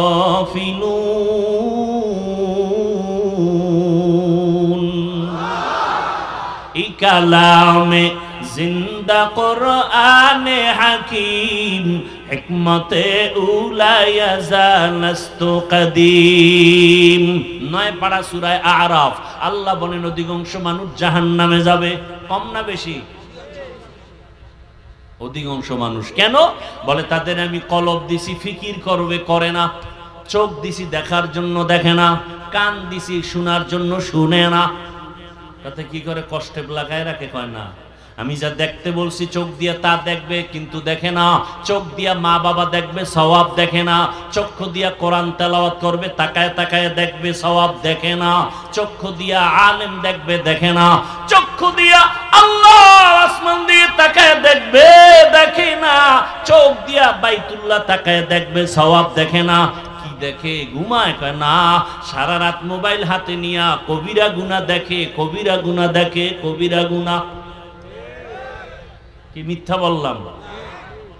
এরে আমার কলিজার যুবক, কয়দিন আর যৌবনের বাহাদুরি করবি? হ্যাঁ, তোরে বাহাদুরি করার যেই মেয়াদ আল্লাহ দিছেন, মোবাইল দেখে সেই মেয়াদ পর্যন্ত তুই যাইতে পারবি না। কারণ তুই টাইমের আগে যৌবন নষ্ট করে ফেলেছ মোবাইলের গুনাহ করিয়া। কথা ঠিক নেই? অতএব তুই আর বিয়া করিস না, রোজা রাখ। কারণ তুই ঘরে বউ রাখতে পারবি না। আর যেই বউ তোর সাথে কোরআনের ওয়াদা দেয়, মনে করবি ওই বউর ওয়াদাও সঠিক না। তোর সাথে যদি কসম খায় যে তোমারে ছাড়া বাঁচমু না, তা আমি একটারে ধৈর্য বলি, তোর যে ওয়াদা দিল মাইয়া কয় নাম্বার সিরিয়াল? কটা আমি কেমনে কম? আমি বললাম তোর সিরিয়াল যতই, মাইয়ার সিরিয়ালও তত। তুই যদি দুই মাইয়ার চরিত্র নষ্ট করে তৃতীয় মাইয়ার সাথে কোরআনের ওয়াদা করো, ওই মাইয়াও দুই পুরুষের চরিত্র নষ্ট করে 3 নাম্বার তোরে ধরেছে। তোরে রাস্তার ফকির বানায়া জাল মিটাবে, কত ধানে কত চাল। আল্লাহ হেদায়াত দান করুন। মা ছাড়বে, বাপ ছাড়বে, মোবাইল ছাড়বে না। কি আল্লাহ মোবাইলের গুনাহ থেকে হেফাজত করেন। এই মোবাইল কি নষ্ট করে নাই বলো তো? তোমরা তো অনেক দামি মানুষ, বুঝদার মানুষ, আমার জ্ঞান কম। বলো তো মোবাইল কি নষ্ট করেনি? তোমার বডি সব শেষ, চোখের পাওয়ার শেষ, কানের পাওয়ার শেষ, হার্ট দুর্বল, কিডনি দুর্বল, চরিত্র নাই, লেখাপড়া নাই, মা বাবার সাথে আদব নাই, সব বেয়াদবি। সবই মূল কারণ মোবাইল। আল্লাহ হেদায়াত দান করেন। রহমতের নবীর আদর্শে উত্তম, মক্কার চরিত্রহীন মানুষ এত খারাপ, অথচ মক্কা কত দামি ঘর। ইন্না আউয়ালা বাইতিন উযিআ লিন-নাস লাল্লাযী বিবাক্কাতা মুবারাকাও ওয়া হুদা মুবারাকাও ওয়া হুদান লিল আলামিন। এমন একটা দামি ঘর যে তাকাইয়ে, প্রথম তাকাইয়া যা আল্লাহর কাছে চাইবে সাথে সাথে কবুল। কেমন এক ঘর বাইতুল্লাহ, যেই বাইতুল্লাহর সীমানায় কোন মুমিন ঢুকিয়া একবার বলবে আল্লাহ, 1,00,000 বার আল্লাহ বলার সওয়াব। কিয়ামত পর্যন্ত এই বাইতুল্লাহর এরিয়ার মধ্যে সীমানায় কোনো বেঈমান ঢুকতে পারবে না। আল্লাহ বাইতুল্লাহর জায়গার শপথ করে বলে দিয়েছেন, ওয়াত্তিনি ওয়াজ-যাইতুনি ওয়া তুরি সিনিন ওয়া হাযাল বালাদিল আমিন। এত সুন্দর দামি ঘর, সেই ঘরের পাশের মানুষগুলো কেন এত খারাপ? আপনাদের এলাকায় মসজিদ আছে না? কষ্ট হয়? কষ্ট তো আমার হয়। মসজিদের পাশের মানুষ যতটা অন্যায় করবে, অন্যদের তুলনায় বাহিরের মানুষের থেকে কি বেশি করবে না কম? কেন? মসজিদ এটা সম্মান করে, কথা ঠিক? তাহলে দুনিয়ার অন্য জায়গার মানুষ খারাপ হবে, মক্কার পাশের গুলো এত খারাপ কেন? নাম্বার 2, আপনাদের এলাকার কোথাও মদের আড্ডা চলে, জুয়ার আড্ডা চলে? আমি তো আর জানি না, বুঝাবার জন্য বলি। যদি চলে তো কপাল ভালো। কোন দিকটা ভালো? রাত যদি না থাকে আলোর মর্যাদা বুঝে আসে না, বাতিল যদি না থাকে হকের পরিচয় আসে না। এজন্য হক বাতিলের দ্বন্দ্ব আদম আর শয়তান দিয়ে আল্লাহ লাগায় দিলেন। কিয়ামত পর্যন্ত লড়াই চলবে, লড়াই করে হক বাতিলের দ্বন্দ্বে বিজয়ের পথে আগায় যাও। তো মদের আড্ডা চলে, কিছু ইমানওয়ালা হালকা যারা মাঝে মাঝে নামাজ পড়ে মাঝে মাঝে পড়ে না, এরা ঈশা আলেম ওলামারে ডাক দিয়া কয়, শুনছেন নি এলাকায় মদের আড্ডা চলে, বন্ধ করতে হবে। এলাকার যে বড় হুজুর সে বলবে তোরা ব আমি যাই, বলবে। যদি যাইতেও চায় সবাই বলবে না না না না আপনি যাইয়েন না, ওখানে পরিবেশ হয় নাই। এখন যারা হালকা ইমানওয়ালা ওরা কয় আমরা আগে গিয়ে দেখি ওখানের কি হালাত, পরে হুজুর গনিমু। ঠিক তেমনি ভাবে মক্কার মানুষ এত খারাপ, এই খারাপ পরিবেশে স্বাভাবিক কোন মুমিন আসবেন, কিন্তু পৃথিবীর শ্রেষ্ঠ রহমতের নবীকে আল্লাহ এত খারাপ মানুষের মাঝে পাঠালেন কেন? প্রশ্ন বুঝেননি? জবাব দিব না, সংক্ষিপ্ত আকারে একটু ইশারাতান বলবো। রোগী যত বড় ডাক্তার তত বড়, রোগী যত বড় ডাক্তার তত বড়। কেমন ডাক্তার? এমন একজন ডাক্তার আমার রহমতের নবী, কিয়ামত পর্যন্ত উম্মতের চিকিৎসার জন্য আর কোন ডাক্তারের প্রয়োজন হবে না। আর প্রয়োজন কথা হলে এত মাযহাব কেন, এত ইমাম কেন, পীর মাশায়েখ কেন, আলেম ওলামা কেন? বলে এগো শুধু কাম হলো রহমতের নবীর প্রেসক্রিপশনটা উম্মতের বুঝায় দিবে, টাইম মতো যেন ঔষধ সেবন করে উম্মত। এরা বুঝায় দিবে 5 বেলার নামাজ পড়ো, আমল নামায় গুনাহ থাকবে না, মা বাবার থেকে দোয়া নাও, শিক্ষকের দোয়া নিয়ে চলো, আলেমের নেক নজর নিয়ে চলো। এরে নবীর উম্মতের দল রহমতের নবী উত্তম আদর্শ নিয়ে যখন আসলেন, আসা মাত্রই পরিবর্তন শুরু হয়ে গেল। আম্মা জান আমেনা বলেন, আমার চোখের সামনে এত আলো দেখলাম যে পারস্যের ওই কেসরার প্রাসাদগুলো আমার সামনে ভেসে উঠল। বহু দূরের প্রাসাদ, 1000 বছরের প্রজ্বলিত আগুন নিভিয়ে গেল। দুনিয়ার বাচ্চারা, মহিলারা বাচ্চা প্রসব করলে রক্ত যায়, কত কষ্ট। আমার রহমতের নবী আসছেন, আমি আমেনা কিছু অনুভব করতে পারি নাই, আমার পেটে ব্যথাও নাই, মাথা ব্যথাও নাই। দুনিয়ার বাচ্চা আসলে খতনা করা অবস্থায় আসে না, আমার বাচ্চা মোহাম্মদ খতনা করা অবস্থায় আসছে। দুনিয়ার বাচ্চা ঈশা কান্দে, আর আমার রহমতের নবী দুনিয়াতে আসা মাত্র আল্লাহর শুকর আদায় করেছেন। রহমতের নবী আসিয়া এখন সবার সাথে মহব্বতের আলোচনা। রহমতের নবী জীবনে একটা মিথ্যা কথা বলেন নাই, একটা গালি দেন নাই। হাজারো গালি নবী শুনছেন, একটা গালির জবাবও দেন নাই। আরো আশ্চর্যের বিষয়, নবী কোনোদিন চোখ দুটো গরম করে কারো দিকে তাকান নাই। নবী যদি গরম চোখে তাকায় ও জায়গায় পুড়িয়ে যাবে, কারণ রসুলের চোখ মোবারকে তো এই পাওয়া। নবী চোখ গরম করে তাকান নাই। নবীরে গালি দেয়, নবী হাসেন, জবাব তো দূরের কথা। আর এই ব্যবহারে বড় বড় বেঈমান কাফের গুলো কালেমাওয়ালা হয়ে গেল। দেখছেন নি এত খারাপ মানুষ, এখন তারা ভালো আবার কেমন ভালো।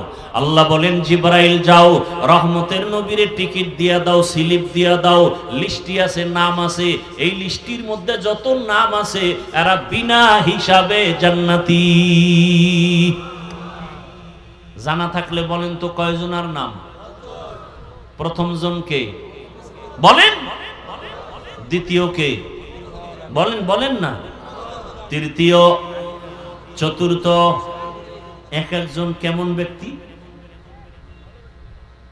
আবু বকরের বয়ান যদি করতে থাকি সারা রাত চলে যাবে। কে সে আবু বকর? হিজরতের সাথী, রহমতের নবী চোখের পানি ছেড়ে কাঁদেন আর আল্লাহকে বলেন, হে মালিক, আবু বকর শুধু আমার সাথে মদিনায় যাবে না, আবু বকরের সফর আমার সাথে আজকে শুরু, জান্নাতের ভেতর পর্যন্ত চলবে। আবু বকরকে জানেননি? আল্লাহ নবীরে সালাম দিয়া জিব্রাইলের পাঠায়। আজকে আল্লাহ জিব্রাইলের গিয়া কয়, পাঠায় কয়, যাও আজকে আবু বকরকেও আমার পক্ষ থেকে স্পেশাল সালাম। কে সালাম দিছেন? আল্লাহ নিজে সালাম দিছেন, সেই আবু বকর। কিন্তু তাদের ইতিহাস পড়েন, 4 খলিফার জীবনী লেখা গুগলে সার্চ দেন, সব চলে আসবে। আবু বকরের ইতিহাস যদি পড়া দেখেন ফলাফল কি পাবেন? সারা জীবন কান্না কান্না কান্না। ওমরে ফারুকের ইতিহাস যদি পড়েন ফলাফল বেরিয়ে আসবে কান্না কান্না কান্না। ওসমান জিন্নুরাইনের ইতিহাস পড়বেন ফলাফল বেরিয়ে আসবে কান্না। হযরত আলীর জিন্দেগি ভর কান্না। জান্নাতের টিকিট পাইয়া চোখের পানি সেরি কান্নার আওয়াজ। আল্লাহর আযাবের প্রতি এত ভয়, যেই রাসূলের মারার জন্য তরবারি নিয়ে দৌড়ায় ওমর, 27 বছর বয়সে দৌড়ায় নবীকে জবাই করবে। কে? রহমতের নবীর সামনে দাঁড়াইয়া তরবারি ফালায় নবীর কাছে ক্ষমা চাইয়া কালেমা পড়িয়া আবার তরবারি হাতে নিল। নবী কইছে হাতটা লাগাও, রসুলের হাতের সাথে ওমরের হাত লাগছে। এই পরিমাণ পাওয়ার আল্লাহ দিছেন। তরবারি নিয়ে ওমর 1 মিনিট আগে ছিল রসুলের দুশমন, রসুলকে কাটবে, সেই তরবারি হাতে নিয়ে বলে আসো রসুলের দুশমনেরা আমার সামনে। এই বেড়ারে আল্লাহ কি পাওয়ার দিছে যে এটার নাম শুনলে এখনো শরীরের কম্পন শুরু হয়ে যায়। শুধু কি তাই? এই যুবক, ঘুমের আগে যদি অজু কইরা ঘুমাইয়া বুকের উপরে লেখো ওমরের নাম, আইন মিম রা আঙ্গুল দিয়া, ডান হাতের শাহাদাত আঙ্গুল দিয়া লিখবি আইন মিম রা। খোদার কসম স্বপ্ন তো হবে না জীবনে। তুই যদি 1000 বারও লেখো আর অজু ছাড়া মোবাইলে আকাম করতে করতে ঘুমাও, তোর এক রাইতে জিন্দেগি বরবাদ। একটা ভালো টিস্যু আনতে পারলেন না কেউ?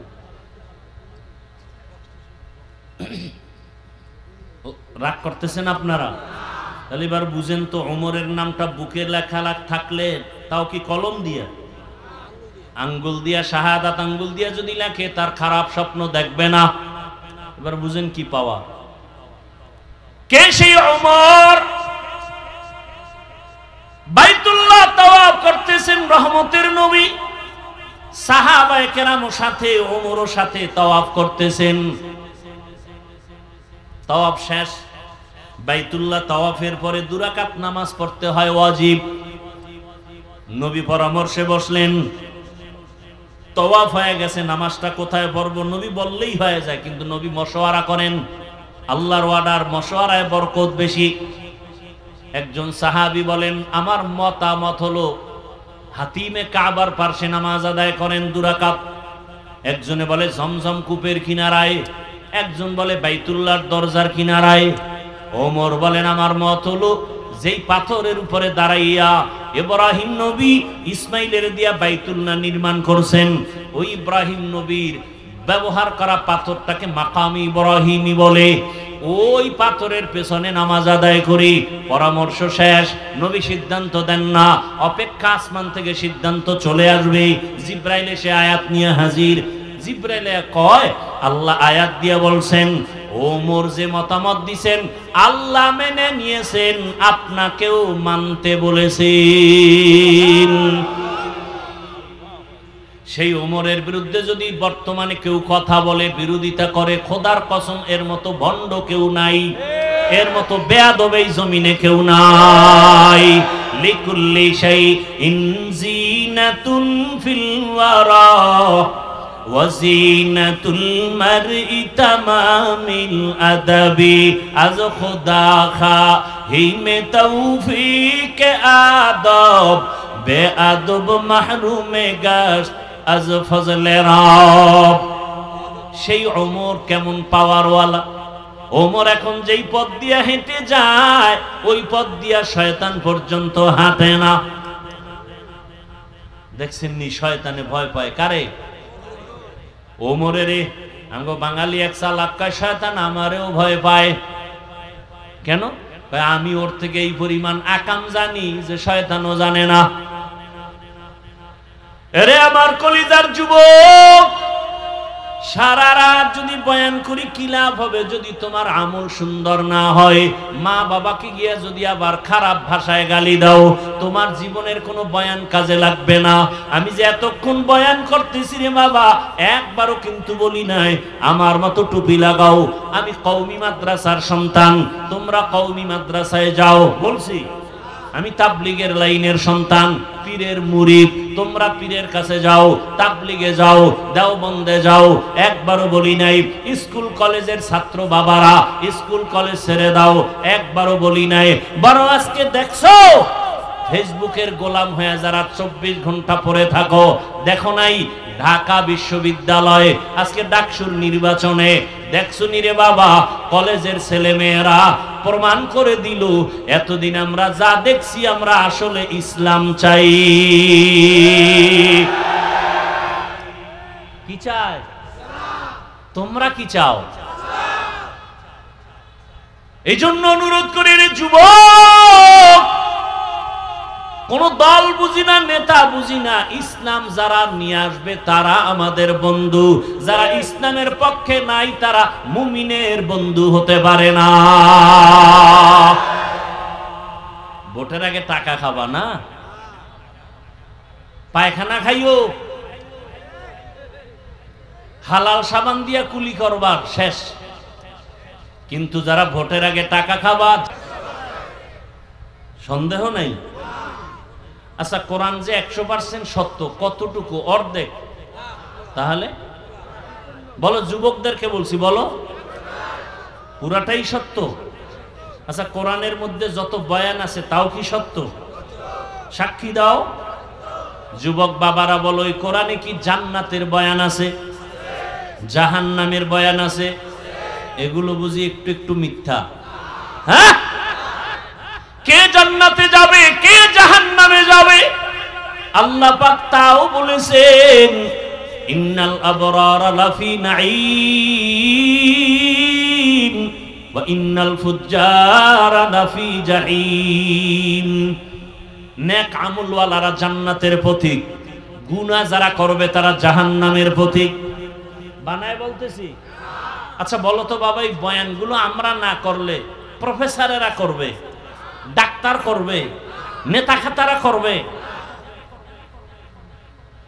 রহমতের নবী যখন জাহান্নামের আয়াত পড়তেন, বয়ান তো পরের কথা, এখনো যাও না গেলে মোবাইলে বের করো, ইউটিউবে সার্চ দাও কোরআন তেলাওয়াত, মক্কা মদিনার তেলাওয়াত শুনো, দেখবা ইমামও কাঁদে, মুক্তাদিরাও কাঁদে, শুধু আয়াত শুনা শুনা। জাহান্নামের আয়াতগুলো তেলাওয়াত করলে যদি কান্না হয়, আর ওই আয়াতের তরজমাগুলো যদি বুঝাইতে থাকি জাহান্নামটা কেমন, কোন গুনাহগারের জন্য আল্লাহ জাহান্নাম বানাইছেন, এগুলো যদি বয়ান করি, এক পর্যায়ে গুনাহগারের কলিজার মধ্যে আঘাত আসতে আসতে ওই বান্দা পাগলের মতো হয়ে যাবে। দুনিয়ার গরম সহ্য করতে পারি না, জাহান্নামের গরম কেমনে সহ্য করব? দুনিয়াতে মশার কামড় সইতে পারি না, জাহান্নামের আযাব কেমনে সহ্য করব? এইভাবে শুনতে শুনতে দিল নরম, যত ভয় আসবে তত গুনাহ ছাড়া সহজ হবে। নেক আমলওয়ালাদের জন্য জান্নাত, গুনাহগারের জন্য জাহান্নাম। জান্নাতটা কেমন আরামের ঘর আল্লাহ তাও বয়ান করেছেন, জান্নাতিন তাজরি মিন তাহতিহাল আনহার খালিদিনা ফিহা। জান্নাত এমন এক আরামের ঘর যেখানে অশান্তি বলতে কিচ্ছু নাই, শুধু শান্তি। দুধের নহর, মধুর নহর, ঝর্ণা থাকবে কত সুন্দর। জান্নাতে ঢুকলে কোনোদিন বাথরুম হবে না, কোন যুবক যুবতী সুন্দরী সুন্দর থাকবে, কালো হবে না, জীবনে কোনো পুরুষের দাড়ি উঠবে না।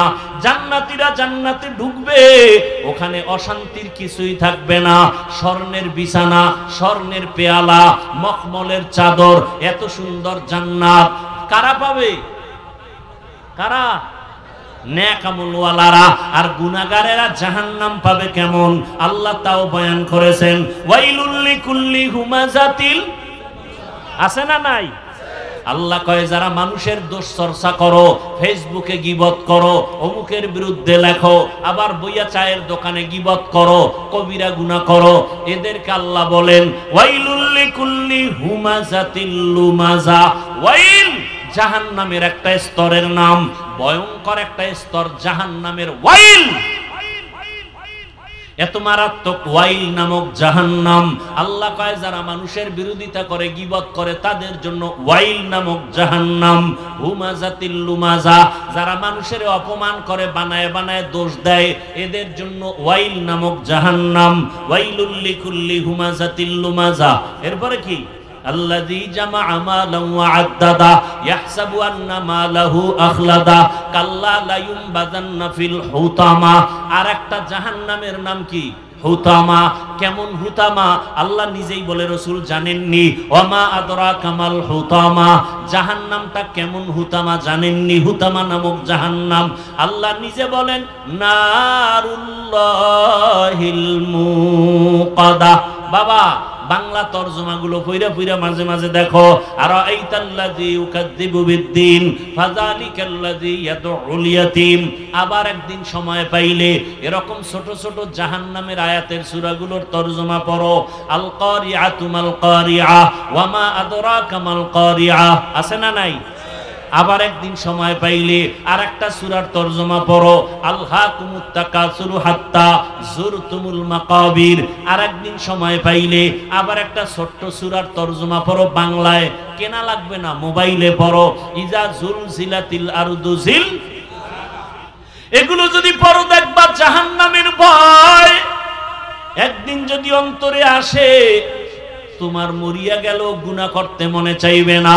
দেখো না ঢাকা কলেজের কত ছাত্র মাথায় পাগড়ি, মুখে দাড়ি, বড় লম্বা জামা পরিয়া কলেজে ক্লাস করে, মনে হয় যেন মসজিদের খতিব, আসলে আরবিও পড়তে পারে না। ও যুবক বাবা, তুমি এমনে কেমনে যাও কলেজে? কয় এভাবেই যাই। এই সূরাত কেন বলে? উলামায়ে কেরামের নেক নজর রাখছে, আল্লাহর রহমত আমার উপরে আছে। কলেজে কি মেয়ের ছেলে নাই কয় আছে?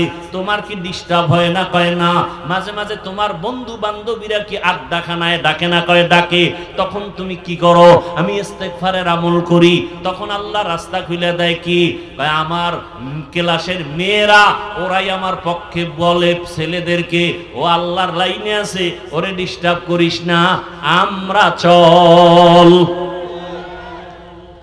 ও যুবক, সারা রাত ওয়াজের দরকার নাই, ভালো করে বুঝো। আমি সারা বাংলাদেশে বলি, যুবক স্কুল ছাড়বা না, কলেজ ছাড়বা না, লেখাপড়া ছাড়বা না। আমি দোয়া করে যাই, আমার দোয়া কবুল হবে না, তবে এখানে বহু আল্লাহর বান্দা আছে, কারো না কারো আমিন কবুল হবে বলে আশা করি। সবাই যদি আমিন বলে কবুল হবে, ওই দোয়ার নিয়তে বলি। দোয়া করে গেলাম যুবক তোমার জন্য। ডাক্তার হও, ইঞ্জিনিয়ার হও, প্রফেসর হও, তুমি একজন এসপি হও, ডিসি হও, এমপি হও, মন্ত্রী হও, তবে দাবি আমার একটা, বেয়াদব হইও না।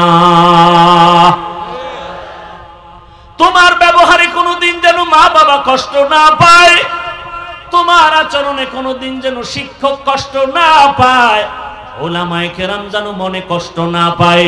কারণ তোমার জীবনের সফলতার জন্য এই তিন ব্যক্তি তোমার মূল চাবি। মা বাবার বরদোয়া লাগলে খোদার কসম মরার আগে তুই পঙ্গু হয়ে যাবি। শিক্ষকের মনে যদি কষ্ট দাও, লেখাপড়ার জগৎ থেকে তুই হারিয়ে যাবি, জ্ঞান কিচ্ছু থাকবে না, বুদ্ধি থাকবে না।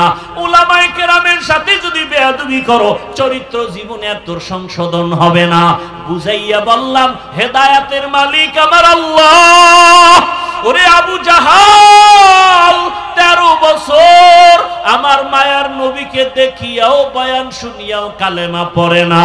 আর ওমরের মতো বান্দা 27 বছর বয়সে নবীরে জবাই করতে গিয়া কালেমাওয়ালা হয়ে গেল।